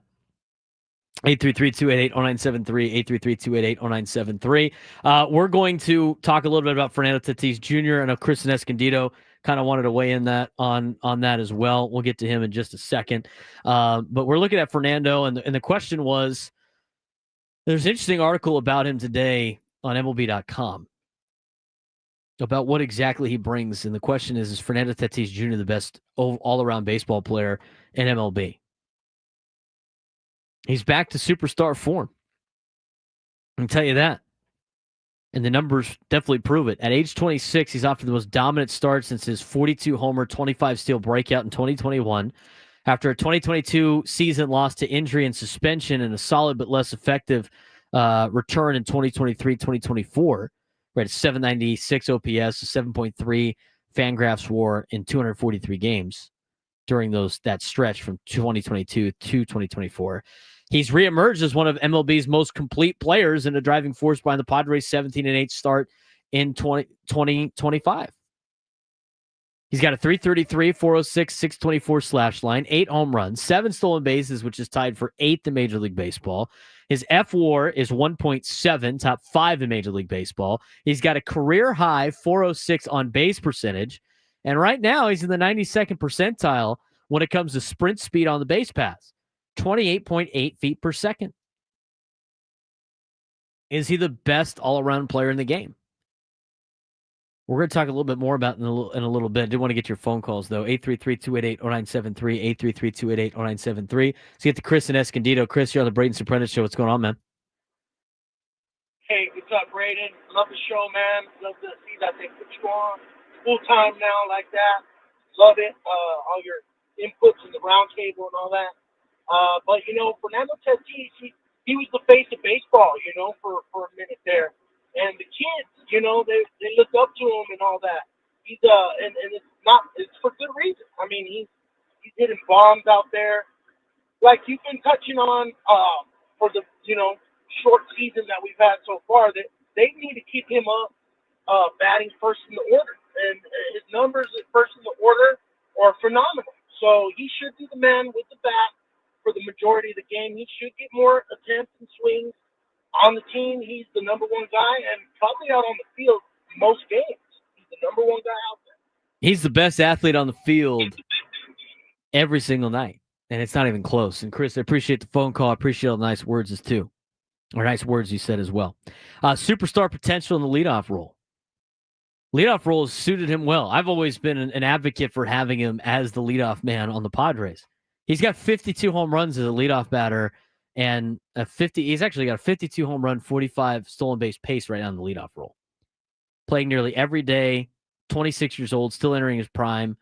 Obviously, comparing himself to compare him to Ronald Acuña Jr., Shohei Ohtani, and their impacts that they had in 2023 and 2024. He's got some elite tools, and he could realistically pull off a 50-50 season. Could you imagine if he had 50 home runs and 50 stolen bases? He's on pace right now to be close. What a fun summer it's going to be at Petco Park to watch that. His plate discipline's been way better. We've talked about that a lot. He's shown some Ronald Acuña Jr.-like growth in his approach. Strikeout rate down from 21% in 2024 to just 15% in 2025. His walk rate is up from 7.3% to 11.3%. His whiff rate is down from 28.1% to 26.4%. His chase rate is down to 27.2%. And his swing rate is more selective at 49.9%. He's in the 82nd percentile for strikeout percentage, which is a dramatic jump for someone previously never better than the 49th percentile. Tatis quoted, "I've been able to combine my ability to drive the ball with now swinging at the right pitches. It's amazing what you can do when you don't swing at S. When you don't swing at crap, you could do a lot more damage with the pitches that you are given." He's demolishing pitchers' mistakes. Tatis leads Major League Baseball in punishing hittable pitches. Plus 15 run value on heart of the zone pitches, Major League Baseball's best. And the research was conducted on all of this by AJ Cassavell, part of the contribution to this particular article. But 15 plus run value on heart of the zone pitches, MLB's best. 1604 OPS on such pitches. 7 of his 8 home runs are on heart zone pitches where guys are missing over the heart of the plate. Do not miss against Fernando. It's not going to end well. Major League Baseball ranks for his heart of zone, minimum of 20 plate appearances. He's first in xWOBA, his expected weighted on-base average, with a 671. He's first in expected slug, 1126. He's first in barrels with 14. Tied for first in home runs with 7. And he's third in hits with 22. He's converting 54.5% of swings on these pitches into balls in play, up from 42.3% pre-2025. He's electric on the base pass. So we talked about the hitting. Fully healthy again, Tatis is back to terrorizing pitchers on the bases. 7 stolen bases already, which is on pace for 45 in 155 games. His sprint speed is up to 28.8 feet per second from the 77th percentile in 2024 up to the 92nd percentile. Obviously, his leg injury last year was really hampering him. And his on-base percentage is at a 406 clip, which gives you more opportunities to run.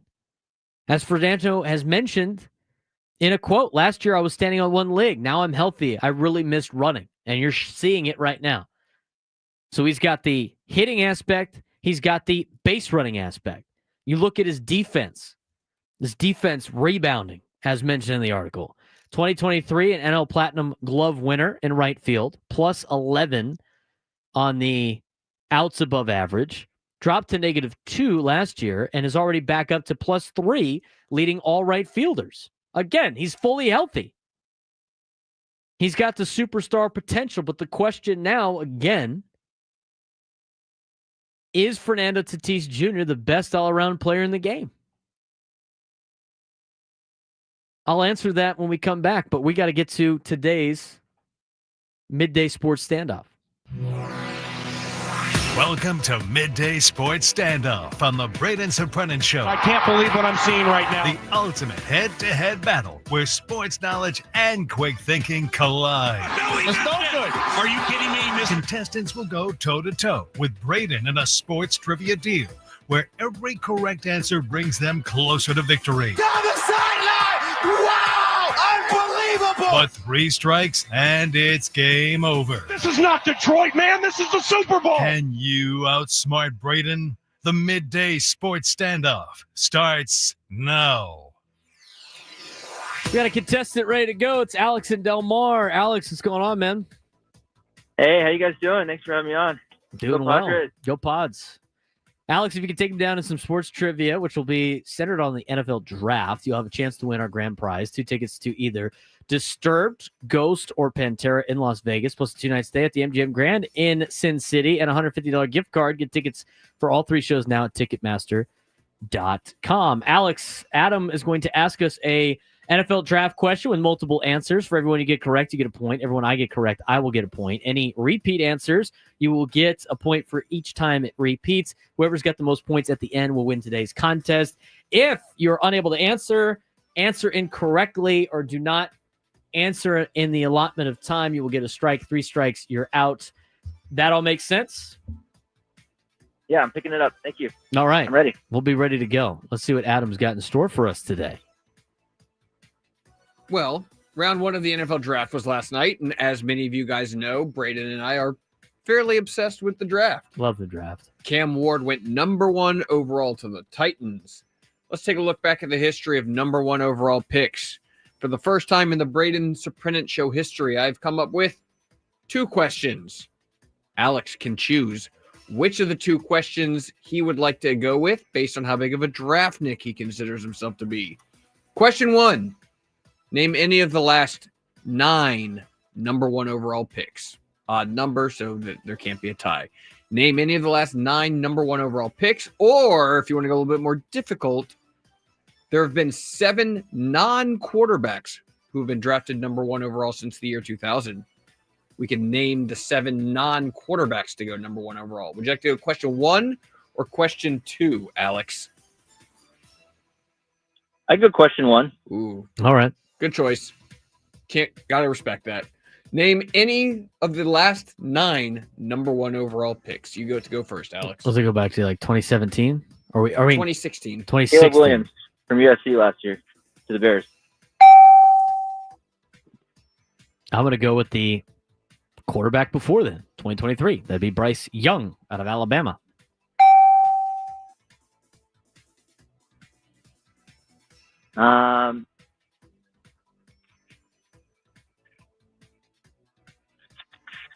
I think, let's see, who's drafted?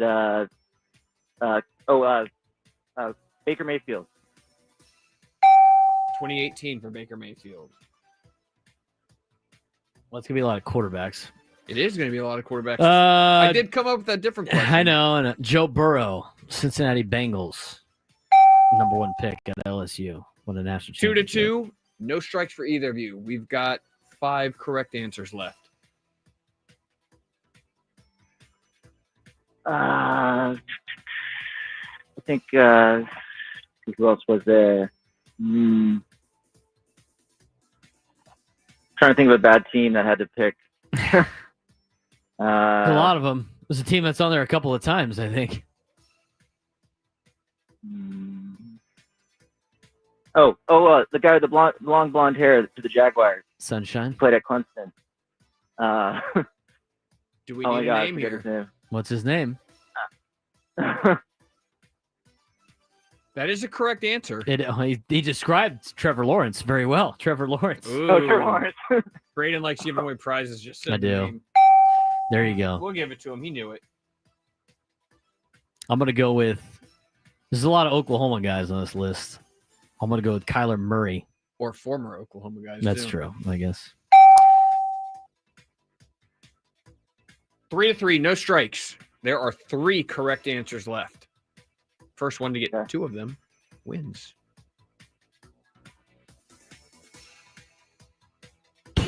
We're looking at 1 quarterback and 2 non-quarterbacks. Yeah, I feel like there's a guy for the Eagles drafted or something. He's the defensive lineman. His name was like Carter or something. Eagles, Jalen Carter. Sure. Jalen Carter was not the number 1 pick in the draft. No. He was a first-round pick, though, wasn't he? 9th overall. I'm not bitter about it. Trust me, I promise. Eagles usually don't draft first. I'm gonna take the other quarterback off the list. People forget about him. Out of Cal, Not Aaron Rodgers, but Jared Goff. 4-time Pro Bowler. Braden takes the lead 4-3. Alex, you got a strike as well. You need this one. 2 non-quarterbacks left. Catching a train? So, do we say Myles Garrett? Is that too early? No. Sorry, 17.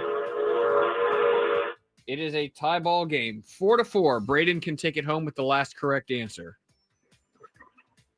Non-quarterback.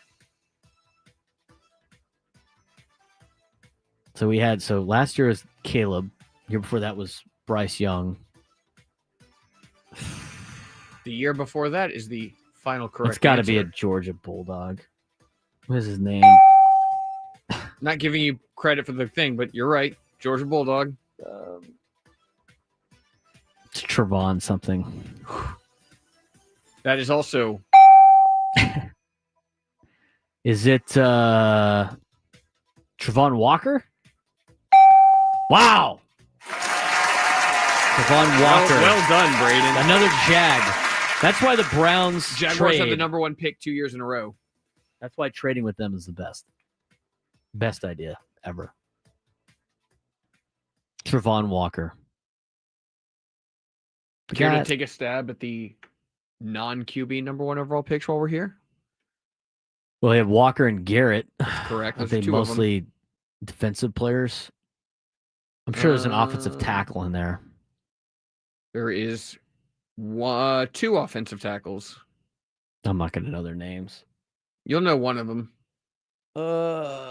We've got Trayvon Walker and Myles Garrett. Okay. Before him in 2014, it was Jadeveon Clowney. Clowney. Yeah. The year before, 2013, Eric Fisher. I would have never got I that. believe Central Michigan. The Chiefs had the number 1 pick in the draft and took someone named Eric Fisher.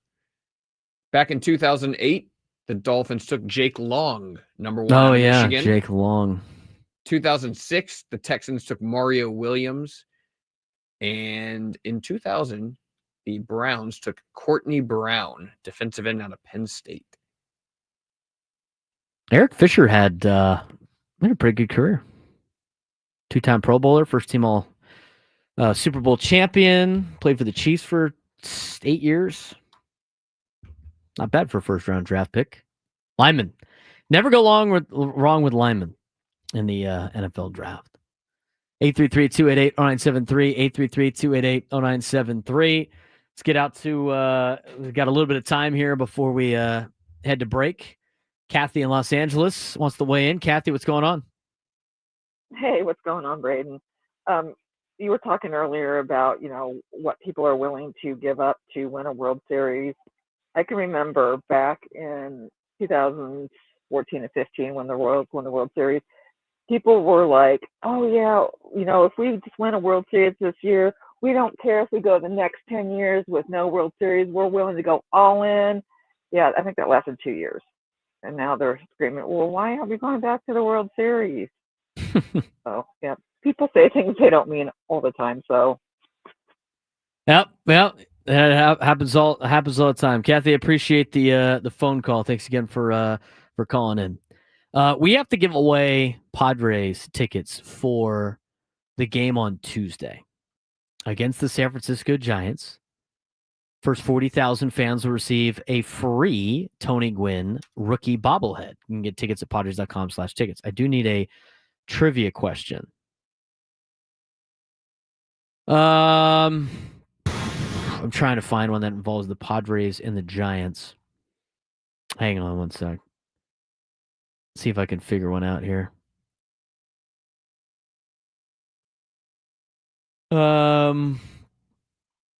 I could go with that, but I don't want to necessarily. If you can, here, we'll say this.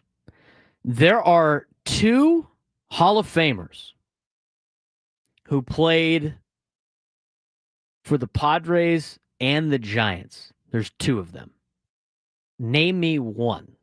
Name me one Hall of Famer out of the 2 that played for both the Padres and the Giants in their career. One of the 2.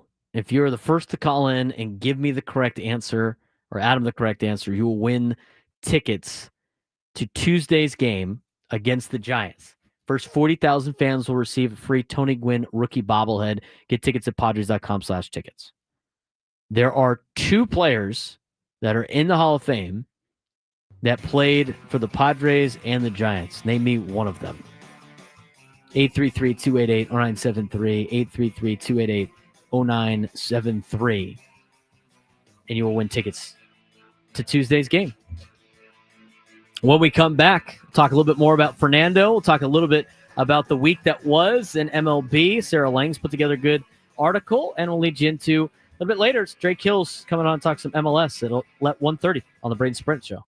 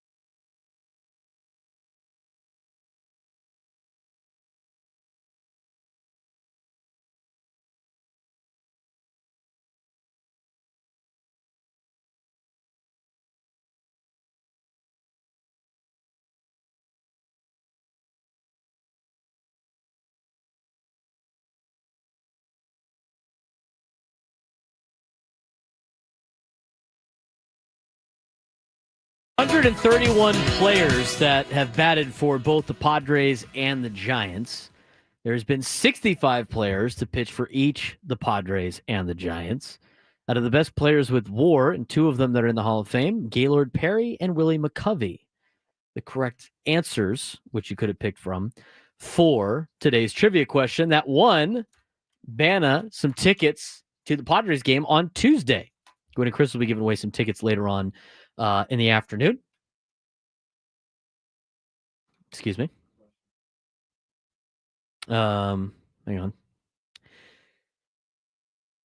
All right, two out of the way. Somebody called in Greg Maddux. Greg Maddux did not pitch for the San Francisco Giants. Willie McCovey, Gaylord Perry. Hall of Famer Gaylord Perry played 2 seasons for the Padres at a 6.6 WAR and 10 seasons for the Gigantes at a 34.3 WAR. Willie McCovey played 3 seasons for the Pods, 5.3 WAR, and 19 seasons for the Giants, 59.4 WAR. What could be a potential future Hall of Famer in Fernando Tatis Jr., still very early in his career, still has to make it through a lot of different seasons, still has to make it through one season without missing any time. We talked about his individual numbers, but when you talk about the best overall, best all-around baseball player currently in MLB, I think you're talking about guys like Aaron Judge, Kyle Tucker, Francisco Lindor, Mookie Betts, Shohei Ohtani, Jose Ramirez, Bobby Witt Jr., Bryce Harper, Juan Soto. If you had to pick 10, Fernando Tatis Jr. is definitely a part of that list, especially the way he's been playing now. And I think at his full potential, which I think you're starting to see, he's definitely part of that list. So what's the comparison like? Well, as of right now, we're just going to compare this season because the question was, is Fernando Tatis Jr. the best all-around player in the game right now? Right now, Aaron Judge leads in batting average of the .415 batting average. Fernando's 2 out of that group, hitting .333. Followed by Tucker, Lindor, Witt, Ramirez, Ohtani, Betts, Harper, and Soto. Soto's hitting .233 to start the year. In terms of home runs, Fernando's got the most home runs out of anybody on that list with 8. He actually has one more than Aaron Judge at 7, who's tied with Kyle Tucker. Talking about triples, I don't know why anybody would. Kyle Tucker's got the most with 2. Aaron Judge, Tatis, and Ohtani all have 1. When it comes to doubles, Fernando's near the bottom. He's only hit 1 double. He's too busy hitting the ball over the fence. Fernando is 3rd, or should I say tied for 2nd in singles behind Lindor. And when we continue to look at traditional baseball stats, in terms of walk, he's 7th with 12 out of that group of 10. Harper's got the most with 21. He's been intentionally walked twice. Fernando's only been intentionally walked once. In terms of strikeouts, Fernando actually near the bottom on the list. He's tied for 6th with Juan Soto with 16 strikeouts. Mookie Betts has struck out the least amount out of that group. And then when you talk about base running, Fernando's got the 2nd most stolen bases with Kyle Tucker right behind Bobby Witt Jr., who has 1. You want to look at some advanced numbers. Highest walk rate is Harper, followed by Soto, Tucker, Judge, and Betts in the top 5. Fernando's 7th. Strikeout rate, which Fernando's improved tremendously on, he's got 5th on the list. Mookie Betts has the lowest strikeout rate, followed by Jose Ramirez, Kyle Tucker, and Juan Soto. His walk per strikeout rate, Fernando's 6th best out of the group. Mookie Betts is the most. On base percentage, Fernando's 3rd on the list with a .406 on base percentage. Aaron Judge is number 1, Kyle Tucker 2. His OPS numbers are high, top 3 in OPS behind Judge and Tucker. Batting average on balls in play, Fernando, top 3 behind Judge and Witt. And his WRC plus is 3rd best again behind Judge and Tucker at a 184. Judge has 257. You look at his weighted on base average, Fernando's got the 3rd highest in that. Runs above average based on WOBA, which is his weighted on base average. Fernando's 3rd out of the 3 groups. His weighted runs created, Fernando's got 23. He's 3rd on the list. That's just an offense. In terms of defense for those particular players, obviously one of the better fielders out of the group. You look at his overall defensive metrics. Bobby Witt Jr. has the best defensive WAR at 2.6, but he does play shortstop. Fernando's got the third best defensive metrics out of the 10 players, with Bobby Witt with a 2.6, followed by Betts 2.1, Fernando 2.0 in terms of a defensive WAR. His outs above average is the best with 3 compared to Bobby Witt Jr., who also has 3. His range also the best, tied with Mookie Betts, who again plays shortstop. So you look at his fielding metrics and you look at his hitting metrics. Fernando is arguably one of the best players in all of baseball. I mean, that's obviously the case. We talked about it from an offensive standpoint. We talked about it from a defensive standpoint and a base running standpoint. So now the question again is Fernando Tatis Jr. now the best all-around player in the game? I'm probably going to be biased in saying yes, but he's done such a great job this season for the San Diego Padres, and he's fully healthy. And I think what Fernando brings, he's probably not overall a better hitter than Aaron Judge right now. I mean, Aaron Judge has been putting together like Barry Bonds level numbers, stuff that we haven't seen since Barry Bonds. Aaron Judge still proving he is the best hitter on the planet. It's not particularly close, according to ESPN.com.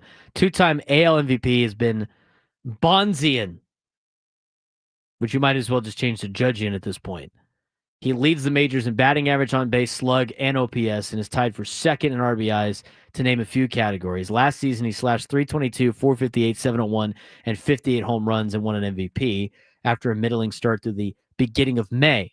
In 150 games since May 3rd last year, he's batting .367 with 59 home runs, 152 RBIs, a 1273 OPS. It has been an unreal stretch going back really to his 62 homer season in 2022 that we haven't seen since Barry Bonds was splashing baseballs into McCovey Cove. So Fernando might not have the advantage on the hitting, but he definitely, I think, is a better fielder than Aaron Judge. And I think he's a better base runner than Aaron Judge. And all the batting statistical categories for Fernando have been in the top 3 when we were going through it compared to the other 10 players that we consider best all-around players in Major League Baseball. You can let me know if there's anybody else on the list. I would also consider probably Ronald Acuña, because Ronald Acuña Jr. is definitely one of those players that could do all 3 things: play good defensively, run the bases very well, and be an elite hitter. But Ronald Acuña Jr. is hurt right now. So you look at some of the metrics that have been laid out. I think Fernando I think he is the best overall baseball player in Major League Baseball. If you had to pick a guy right now, and the difference is obviously Shohei Ohtani can pitch, but I like Fernando's high average more. I like Fernando's power numbers. I like Fernando's ability to steal bases and his threat on the base pass. I love his defensive metrics. He's 26 years old. He's putting together a good start to the year. I think he's really going to give everybody in the National League a run for their money when it comes to MVP votes. And once Jackson Merrill's hamstring heals, you could potentially have a situation in which the Padres have 2 MVP candidates. I would consider in a couple of years, when you put this list together again, I would put Jackson Merrill on this list. Obviously some other younger players like Gunnar Henderson probably should be considered in the near future. But we're talking about all-around best baseball player in the game right now. It's hard to not pick Fernando. And again, Shohei gets the pitch, so that's a factor. We haven't seen him pitch in over a year, and we don't know when he's going to pitch in 2025. But Fernando, with what the start he is off to and the company that he's in, I definitely can sit there and say that he is the best overall baseball player in the game right now. I think a lot of you would agree with that. 833-288-0973, 833-288-0973. Talk a little bit about the MLB Week in Review that Sarah Langs put together. We talked about the Padres' pitching dominance. That was part of her week in review. Number one was Cubs and Diamondbacks madness at Wrigley last week. That was during our show last Friday. 16 runs scored in the 8th inning, most ever in a single inning at Wrigley Field since 1914. Cubs and Diamondbacks rewrote the history books with a bonkers frame of offense. You look at Wrigley Field, their historic 16-run inning. I mean, we got a lot of great offenses coming out. New era of offense on the horizon. I don't know about that. But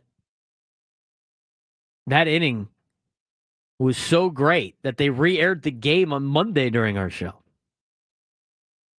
Mike Trout hit a 484-foot home run at 115 miles an hour this week. Longest in Major League Baseball since the start of 2024. Tied for the most 480-foot homers in the StatCast era. Mike Trout now has his third. I didn't list Mike Trout as that on that list. I mean, Mike Trout's been battling injuries for the last couple of years. I mean, that guy's been the face of Major League Baseball and the best player in baseball for years. And just hasn't been that guy because of injuries, but still got it. 480-foot homer last week. Cincinnati Reds have had a historic bottom of their order. Novelli Marte and Austin Wynns, 8 and 9 hitters combined for 11 hits, 13 RBIs, and a 24-2 win over the Baltimore Orioles. Most combined hits in over 125 years from the 8 to 9 spots in the lineup. Pretty remarkable. Francisco Lindor joined some rare company. He went back-to-back leadoff homers this week. Now has 20 multi-homer games as a shortstop, third most in history behind A-Rod and Ernie Banks. Cubs offense is on fire. We talked about it with the Cubs-Diamondbacks madness at Wrigley Field earlier from last week, from the week that was. They have 7 games with 10-plus runs already, most through 25 games since 1895 for Chicago. Tied with the 2012 Red Sox for the most 10-plus run games in the first 25 since 2005. Padres fans probably don't want to hear this next one. James Wood, who was traded to Washington in the Juan Soto deal, hit a 116.3 mile-an-hour home run, which tied Bryce Harper for the Nationals' hardest hit home run in the StatCast era. And that kid's just getting started. Obviously, Padres fans will always with the more success that James Wood has, Padres fans are just going to be on edge. But I still think the trade was worth it in acquiring Juan Soto. He got to the NLCS. I don't know how much more you want. I mean, obviously a World Series probably would have been great, but I still think the Padres were okay in that trade because they ended up flipping Juan Soto for pitching, and that pitching is part of the reason why you're off to such a good start here in 2025. Minnesota Twins prospect on the move. Luke Keyshaw, a rookie, already has 5 stolen bases in 5 games, tied for most in the first 5 career games in the last 125 years. Corbin Carroll continues the match for the Diamondbacks. He hit 2 home runs, now has 9 through 24 games, tied for second most in Diamondbacks history. And Matt Olson's Ironman streak. Matt Olson, 644 straight games played. Only 7 players in divisional era have reached 600 plus. He's chasing, obviously, legends like Cal Ripken Jr., Steve Garvey, and Miguel Tejada. Some of the things that happened in the last week of Major League Baseball, dating back to April 18th to April 24th. Sarah Langs with the in-depth look. Just want to let you guys know what's going on in this week in review for MLB. Rays and Padres coming up later on tonight. What to expect from the Tampa Bay Rays? Kind of a look at what the Padres could be if they decided to go the small market route in the market that they're in. We'll talk more about that and another would you rather question for the Padres fans when we come back on the Braden Surprenant Show, San Diego's #1 sports station, 97.3 The Fan.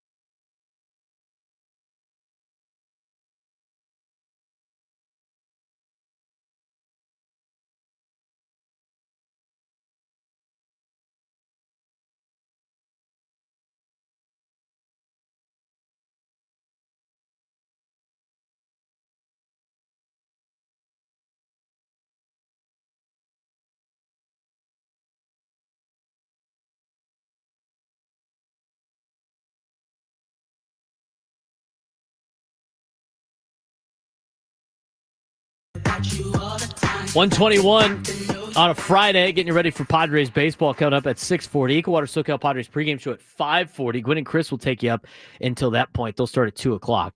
They'll have Jose Iglesias on the show later on this afternoon, so be great to tune in for that. Jose Iglesias is off to a good start in a Padres uniform. Look forward to that interview. I want to mention this hour on 97 to the fans brought to you by Crystal Geyser Alpine Spring. What makes Crystal Geyser Alpine Spring water different? We always bottle our Alpine Spring water less than 1.5 miles from the spring source. And all of our bottles are made with 50% recycled plastic from our own recycling plants. Crystal Geyser, bottled at the spring source. Rays, Padres. Coming up this weekend for a 3-game series. Got the Giants in town Tuesday and Wednesday. Uh-oh. I need money. Your chat is a dumpster fire. I haven't looked at the chat in probably 2 segments. God, I hope everybody's doing well. Anyway, if you haven't done so and you're in the chat and you're talking crap to I Need Money in the chat, give us a like on the YouTube page. We really appreciate it. Apparently, the chat's off the rails. It's a Friday, so you guys enjoy your time. Play nice in the chat if you want. If you want to join the show today, 833-288-0973, 833-288-0973. While you're dealing with the chat off the rails on YouTube, give us a like. If you haven't done so already, follow us on social media at B_SURP, at BSURP. Follow me on X, Instagram, TikTok. Rays. What do the Tampa Bay Rays have? I'll give you a quick preview of what to expect this week between the Padres and Tampa. Tampa's 11-14 on the year. They're in 4th place in the American League East. Padres 17-8, first in the National League West, second best in the National League. All games this weekend are on 97.3 The Fan. There'll be a 6:40 start on Friday tonight, a 5:40 start on Saturday, and a 1:10 start on Sunday. Padres return home with MLB's best home record at 12-1, tied with the Mets. Well, the Rays limp in from a 3-3 week and recent offensive struggles. Padres took 2 of 3 from Tampa last season. Rays in their last 16 games or whatever, they're 6-10. Their offense last 6 games hitting 622 with 622 OPS with only 3 home runs. Christopher Morel's a 984 OPS with 2 home runs. Yandy Diaz 893 OPS. Cold bats, Taylor Walls, 2 for 20 with a 243 OPS. And Junior Caminero is 4 for 26 with a 445 OPS. Pitching last week, not great for the Rays, 4.26 ERA. Uceta has a 4 1/3 scoreless innings. Pete Fairbanks, 2 earned runs on 2 1/3 innings pitched. After the Padres are coming off a 2-4 road trip in which they had a 627 OPS and 5 home runs. Fernando continuing to swing a hot bat with a 971 OPS and 2 home runs. Gavin Sheets, 826 OPS. Manny's the only cold bat, even though he's done really well this season. 3 for 23 during the road trip with a 408 OPS. Be nice to get Manny back on track here at home at Petco Park. Alec Jacob, 5 scoreless innings. Out of the bullpen, Yuki Matsui had 3 earned runs and 4 innings pitched on the road trip. He did pitch a lot on Wednesday. I don't know if he'll be available tonight. Tonight's starting pitching matchup. Shane Baz of the Rays, a right-handed starter, and the Padres will go against right-handers all weekend long, as Tampa does not have a left-handed starting pitcher. Shane Baz, right-handed pitcher, going against Michael King. Baz is 2-0 with a 3.22 ERA, 30 strikeouts in 22 1/3 innings pitched with a 12.1 strikeout per 9. He had a rough outing against the Yankees his last time out, 5 earned runs in 3 1/3 innings pitched. Beat San Diego last year despite a poor outing. So the Padres took 2 out of 3 from Tampa, but did lose the day that Shane Baz pitched. He will pitch tonight against Michael King, who's 3-0 with a 2.57 ERA. 28 innings pitched, 3 home runs allowed for King. Has a 6.38 career ERA versus Tampa, but little sample as a starter. Again, most of that's coming as a bullpen piece for the New York Yankees. He's coming off a really strong start in which he went 5 2/3 and 2 earned runs. That's tonight's matchup. Coming up on Saturday, which will be a traditional 5:40 start for the Padres. Ryan Pepio to start for the Rays. right-handed pitcher, 1-3 with a 4.82 ERA, 8 home runs in 28 innings pitched, tied for most in Major League Baseball. In his past, he has a 5.73 ERA against the Padres in 3 games pitched. As for Dylan Cease, 1-1, 6.04 ERA, 7.98 ERA over his last 3 starts. His last start, 5 innings, 2 earned runs, which is a good sign of improvement. His career against Tampa, 5.40 ERA in his 6 starts against the Rays. A little bit different of a Rays offense this year compared to the years that Dylan Cease pitched against when he was a member of the White Sox. Sunday, Zach Littell versus Randy Vasquez. Littell 0 for 5 with a 5.28 ERA, 0-5. 8 home runs allowed in those outings. 2 straight quality starts after home run heavy outing. Only faced the Padres as reliever in the past. 10 earned runs in 16 2/3 innings pitched. Vasquez 1-1 with a 3.97 ERA. Last start, 2 innings, 6 earned runs, which his ERA has ballooned. No home runs allowed in 22 2/3 innings pitched, but only 9 total strikeouts. Struggled against the Rays last year. 9 earned runs in 4 1/3 innings pitched. Again, got to look out for Vasquez's control. Injured list, Ha-Seong Kim will be on the injured list when the Padres play him. Shane McClanahan's going to miss it as well. Josh Lau, 3 of the more prominent players on the Rays. 60-day injured lists, Alex Fado and Nate Lavender for Tampa. Luis Arraez should return Tuesday for the Padres against the Giants, but Merrill, Cronenworth, Hayward, and Lockridge are out. Yu Darvish, Brian Honing, and Matt Waldron are working back. Sean Reynolds is on a rehab assignment for the San Diego Padres. Padres dominant at home, strong back end of the bullpen, top of the order production from Tatis. Rays challenge this weekend. Got a lot of lineup inconsistencies, injury depleted roster, and fly ball prone starters against the Padres' aggressive offense. Key matchup will probably be tonight with King and Boz. 2 high strikeout righties could set the tone for the series. Expect Dylan Cease, or look for Dylan Cease to have a bounce back potential versus power prone Pepio on Saturday. Should be a nice little X factor. Do you want to take a break? When we come back, we'll talk a little MLS, finish up with some more Padres talk as we wrap up the week on the Braden Surprenant Show on San Diego's #1 Sports Station 97 through the Fan.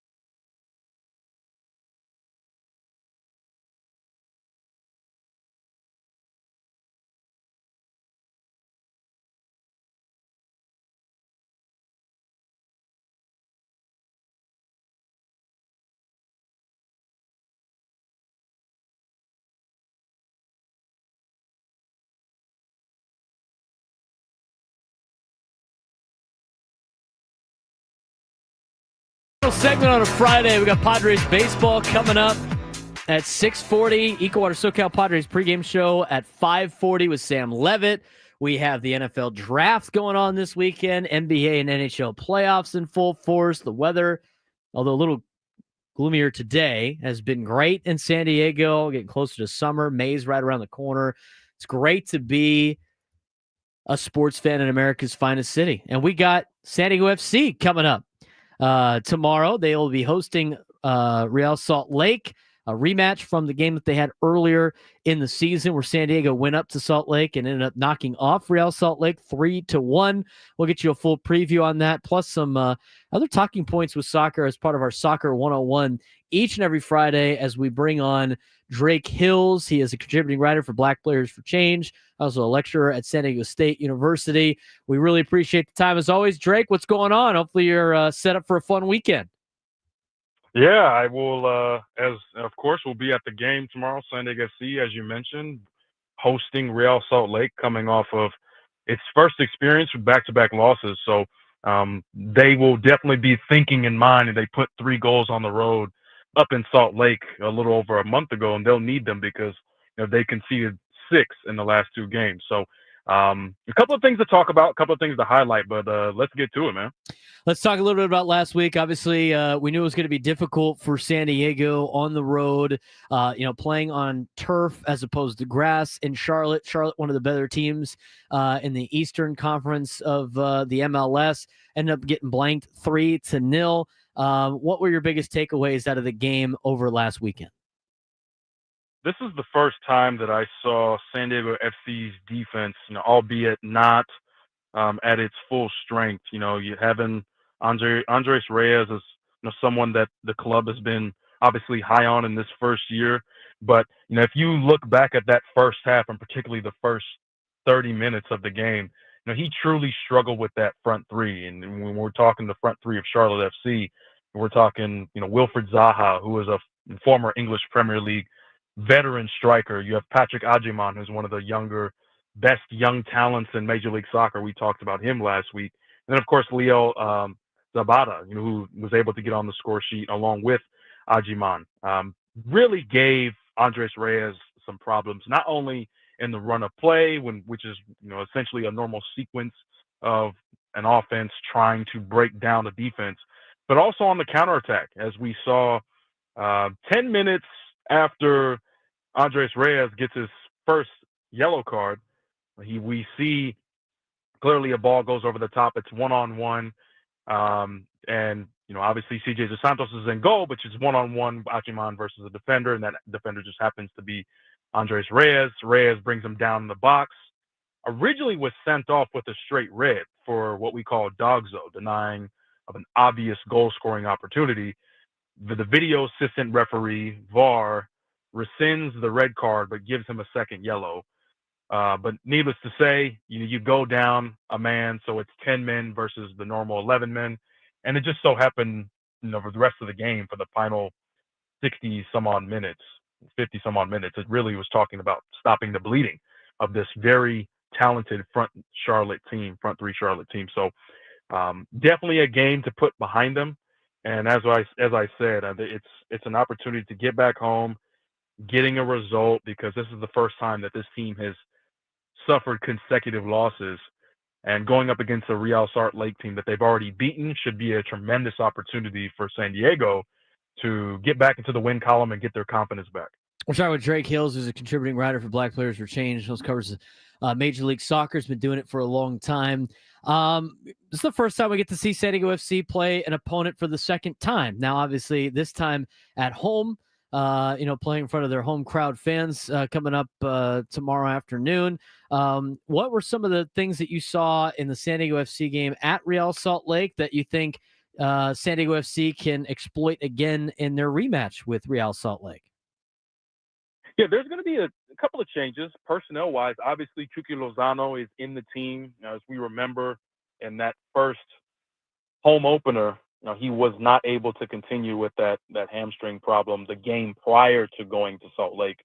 So San Diego goes on to the second road trip of the season, goes to Salt Lake, obviously concedes early, But, as we talked about, that following week after the game, being able to put 2 goals in stoppage time on the road, that was an incredible showing for a team that the league and those like you and me who are covering this team hadn't yet seen, right? It was only 3 games in. I think this time around, with Chucky Lozano in, hopefully we will see a more stronger team as well. As far as the midfield is concerned, Anibal Godoy was not in the starting lineup against Charlotte. And so getting some more of the guys back, Marcus Ingvartsen is still, healing him with his leg injury. So this team is still not at its full strength, but I think what we can see is San Diego getting back to playing San Diego FC soccer, which is, Chris McVeigh and the like, Patty McNair, being able to have a stout and stubborn central defense while still being able to possess the ball, playing attacking, play direct forward as Mickey Varas loves to play, and obviously getting Chucky Lozano on the ball so he can make plays for those like Anders Dreyer and company. Talking with Drake Hills, for contributing writer for Black Players for Change, talking to MLS, San Diego FC, again, game tomorrow against Real Salt Lake, trying to go 2-0 against Real Salt Lake after going up to Salt Lake City and knocking them off earlier this season. The cool thing about soccer, as we continue our Soccer 101, we obviously talk a lot about San Diego FC, but kind of informing a lot of the casual fans about the sport, trying to get more people involved with soccer.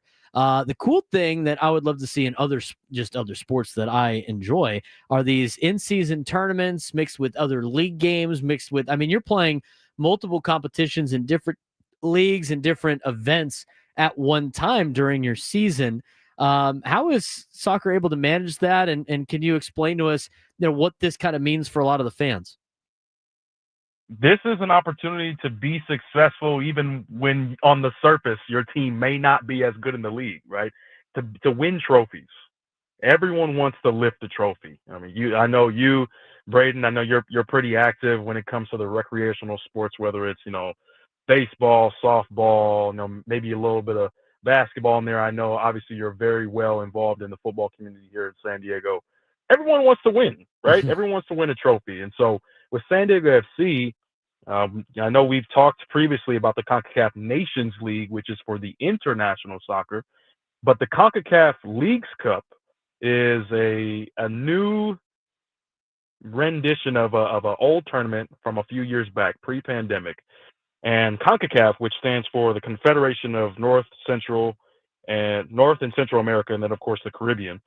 So it's the governing body for North America, and they have this tournament that they've allowed Major League Soccer and Liga MX, which is the league that obviously is played in Mexico, and the 2 leagues play each other, which is something that is unique in the world. There is not a competition where you can say 2 leagues have created a competition to face off against each other. So this puts San Diego, obviously where we are, we're very close with, Club Tijuana, Cholos, who is not far from us, but others like, Club America, Chivas, Guadalajara, some of the biggest and most notable soccer clubs in this side of the earth, right? Putting them in the same competition competitively. That's another thing too. It's like, well, there is a trophy involved. So this is how the Leagues Cup works, right? So in this enhanced formula where you have 36 teams, and there's going to be 18 of those is going to be from Mexico and 18 that's going to be from MLS. Now, someone will say, well there's a lot more than 18 teams that play in Major League Soccer. Well, you also have the U.S. Open Cup, Braden, which is essentially not just Major League Soccer, but you also have the United Soccer League and their soccer pyramid, which is multiple leagues. You have U.S. Soccer, or the USL Championship, and then you have the USL League One and USL League Two. You take those 3 leagues, mix them with Major League Soccer, mix them with NISA, and you play a knockout tournament. And it's called the Lamar Hunt U.S. Open Cup. And so these 2 competitions will be going on. Obviously, San Diego City will not be playing in the Open Cup. They will be playing in the Leagues Cup. So you have a half and half, 18 Mexican teams, 18 U.S. teams. And so the top 9 from the previous seasons in Major League Soccer, they're the ones who qualify for the Leagues Cup. So you have the top 9 finishers in the Eastern Conference of Major League Soccer and the top 9 finishers of the Western Conference. Obviously, San Diego didn't play last year. The reason why they're in the Leagues Cup is that Vancouver Whitecaps, who, as we've talked about, Braden, is doing pretty well for themselves in Major League Soccer currently. They're currently in the CONCACAF Champions League, which is where all these teams are trying to get to. It's essentially the best of the best in the region playing for a Champions League trophy. They're in that competition, so San Diego FC is taking Vancouver's spot. This is an opportunity for San Diego to play some pretty exciting games. And let me just read you a pretty cool slate. Well, I think you're going to see Snapdragon Stadium in a way that is going to look a lot different. And what do I mean by that? I think it's really cool to say that in San Diego, which obviously has a very pro-Mexican soccer contingent, we're talking about on July 29th, playing against Pachuca, who is a very prestigious club that has won the league before plenty of times. Tigres is also another super team. That's on August 1st. And then Mazatlan on August 5th. I think that's going to be a big scene to be at. It should be exciting, not only just for the teams and for garnering a larger fan base, but if you are just wanting to be at a party, that's the party to be at this summer. Drake, a lot of information, obviously put out there. And it's the cool thing about soccer is all these different leagues that you play and everything like that. And again, in order to play in the Champions League, you have to be the MLS champion, correct? So in the Champions League, yes, the MLS Cup winner would earn that title. But also, in order to get into the Champions League, you could also earn that by winning the Leagues Cup. So that's where qualification comes into play. You have multiple opportunities to play at that high level, whether it be Leagues Cup, you could also win the Lamar Hunt U.S. Open Cup and be able to qualify that way. Or if you're in Canada, if you win the Canada Trophy, that's Vancouver Whitecaps, Toronto Football Club, and of course, Club de Foot Montreal, CF Montreal. If you're one of those 3 teams and you win that trophy, you could also get into the Champions League. So that's the fun thing about soccer. There's multiple ways to qualify for some of the best and most competitive soccer that there is. Yeah, it's pretty cool. I mean, it'd be like, it's obviously different for different sports, but in the United States, if you had, the Padres being the big team in town here, playing in a bunch of different leagues at once against teams from all over the country, if they are all over the world, if they had that many teams, obviously something really cool. Just for like the grand scheme, because in Europe, it's a lot different. Obviously, there's a lot more teams, a lot more leagues to be a part of, and their seasons are different than the MLS. But if you're playing at your best and, and you're one of the better teams in MLS, how many different tournaments and leagues could you potentially be in for San Diego FC in the future? Something that, fans could pay attention to as they watch the first couple of years of MLS here in San Diego. Yeah, you've got a few. So you've got the Leagues Cup, you've got the Lamar Hunt U.S. Open Cup. And of course, you could eventually and potentially, if you do well in the Leagues Cup this round, you could potentially be in the CONCACAF Champions League. And you're playing against teams not just in Mexico and Canada, but also in Honduras, Haiti, Jamaica, Costa Rica, all over this continent and the Caribbean and such.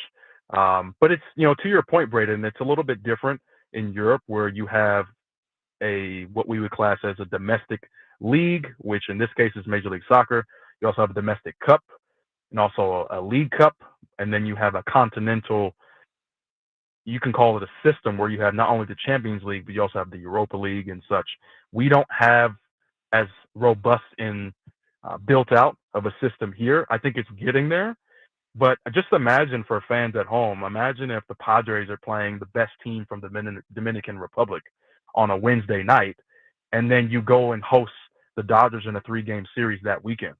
That's how eventful and competitive, especially in the middle of the summer soccer, summer baseball, there's a lot of sports to be had. And I think one of the cool things, Braden, that is fun is you get to see a multitude of players because you can't have the same 11 soccer players playing 90 minutes, within a 48-hour span.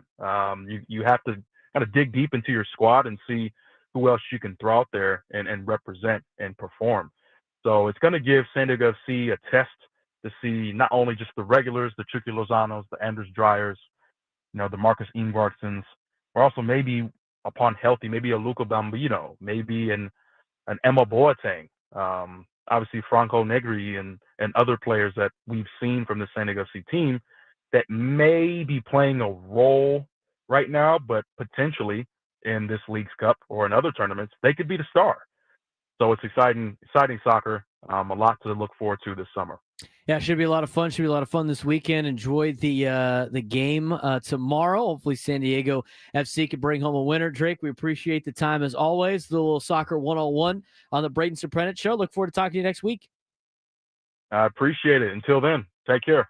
Well, Drake Hill is a contributing writer for Black Players Who Change. Covers MLS here in town as well for us. It's great to talk with him each and every Friday. Get your MLS fix for you. But we got Padres baseball coming up at 6:40 p.m. Pacific time. 5:40 is the Ecowater SoCal Padres pregame show. Padres and Rays to start a 3-game series this weekend before the San Francisco Giants come to town. I think it's interesting about the Tampa Bay Rays. We only have a couple of minutes left that we're going to head on out and pass it on to Gwen and Chris, who will be joined today by Jose Iglesias at some point. I think in the first hour, Jose Iglesias will join the show, which is super cool to get him on the air. AJ Preller was on with Ben and Woods earlier today and played a little bit of that sound earlier in our show. But if you missed anything, you can go on YouTube at 97 through the Fan SD. You can also follow me on YouTube at B_SURP, BSURP. And all my social media accounts are all by the same name, at B_SURP. Give me a follow. If you're on YouTube, again, give us a like. We really appreciate it. It helps us push out our show a little bit further as we try to grow the show within, a couple of months in now in our first year here on the program. But talking about the Padres, it's funny. You look at a team like the Tampa Bay Rays, and the Rays are a team, from a perspective of small market, like very similar team. And they, as a small market team, do things in a small market way. They're not like the Padres and spending big money on free agents and acting like a big market team. They are a consistent winner, and they don't spend a lot of money, which is fine. It's different ways to do what you're trying to accomplish. Right now, the Rays haven't been very good. They've been okay this year. They've had some injuries. They had some things not go their way organizationally. Obviously tough sledding with a couple other things. But, the question is, would you rather be the Tampa Bay Rays, in which you're competitive pretty much every year, but you don't have the big name stars, and every time that you get used to having a good player on your team, they end up getting shipped off somewhere else and not being able to enjoy that team? Or be a team like the Padres, and although, we're hoping for more consistency here, and I think there is going to be a little bit more consistency here, to a sense of like even years doing really well, going to the postseason, making a run, odd years having some kind of collapse in between, but you got a lot of core group of players, and then a lot of your young guys don't get shipped off. You actually keep a lot of these players. I would much rather do what the Padres are doing right now. It might be all or nothing in a couple of these years instead of consistently making the playoffs year in and year out. But I like having the big name guys on the team, and I like having, players like Jackson Merrill be able to stay, guys like Fernando Tatis Jr. be able to stay and not have to ship them off like the Rays have to do almost every single year. They've gotten a little bit better at that, but it's an interesting comparison of two teams that are very similar in a sense of market and going two totally different directions in how they want to make a competitive ball club. And I'm not saying one way is right and one way is wrong. I think there's just different ways that you could be successful in Major League Baseball. That'll do it for me. Tony Gwynn Jr., Chris Sello, Matt Scraby will be hitting the airwaves next. We'll talk to you guys on Monday on a Padres off day, hopefully after taking care of business against the Rays. See you then. Braden Surprenant Show. Nice.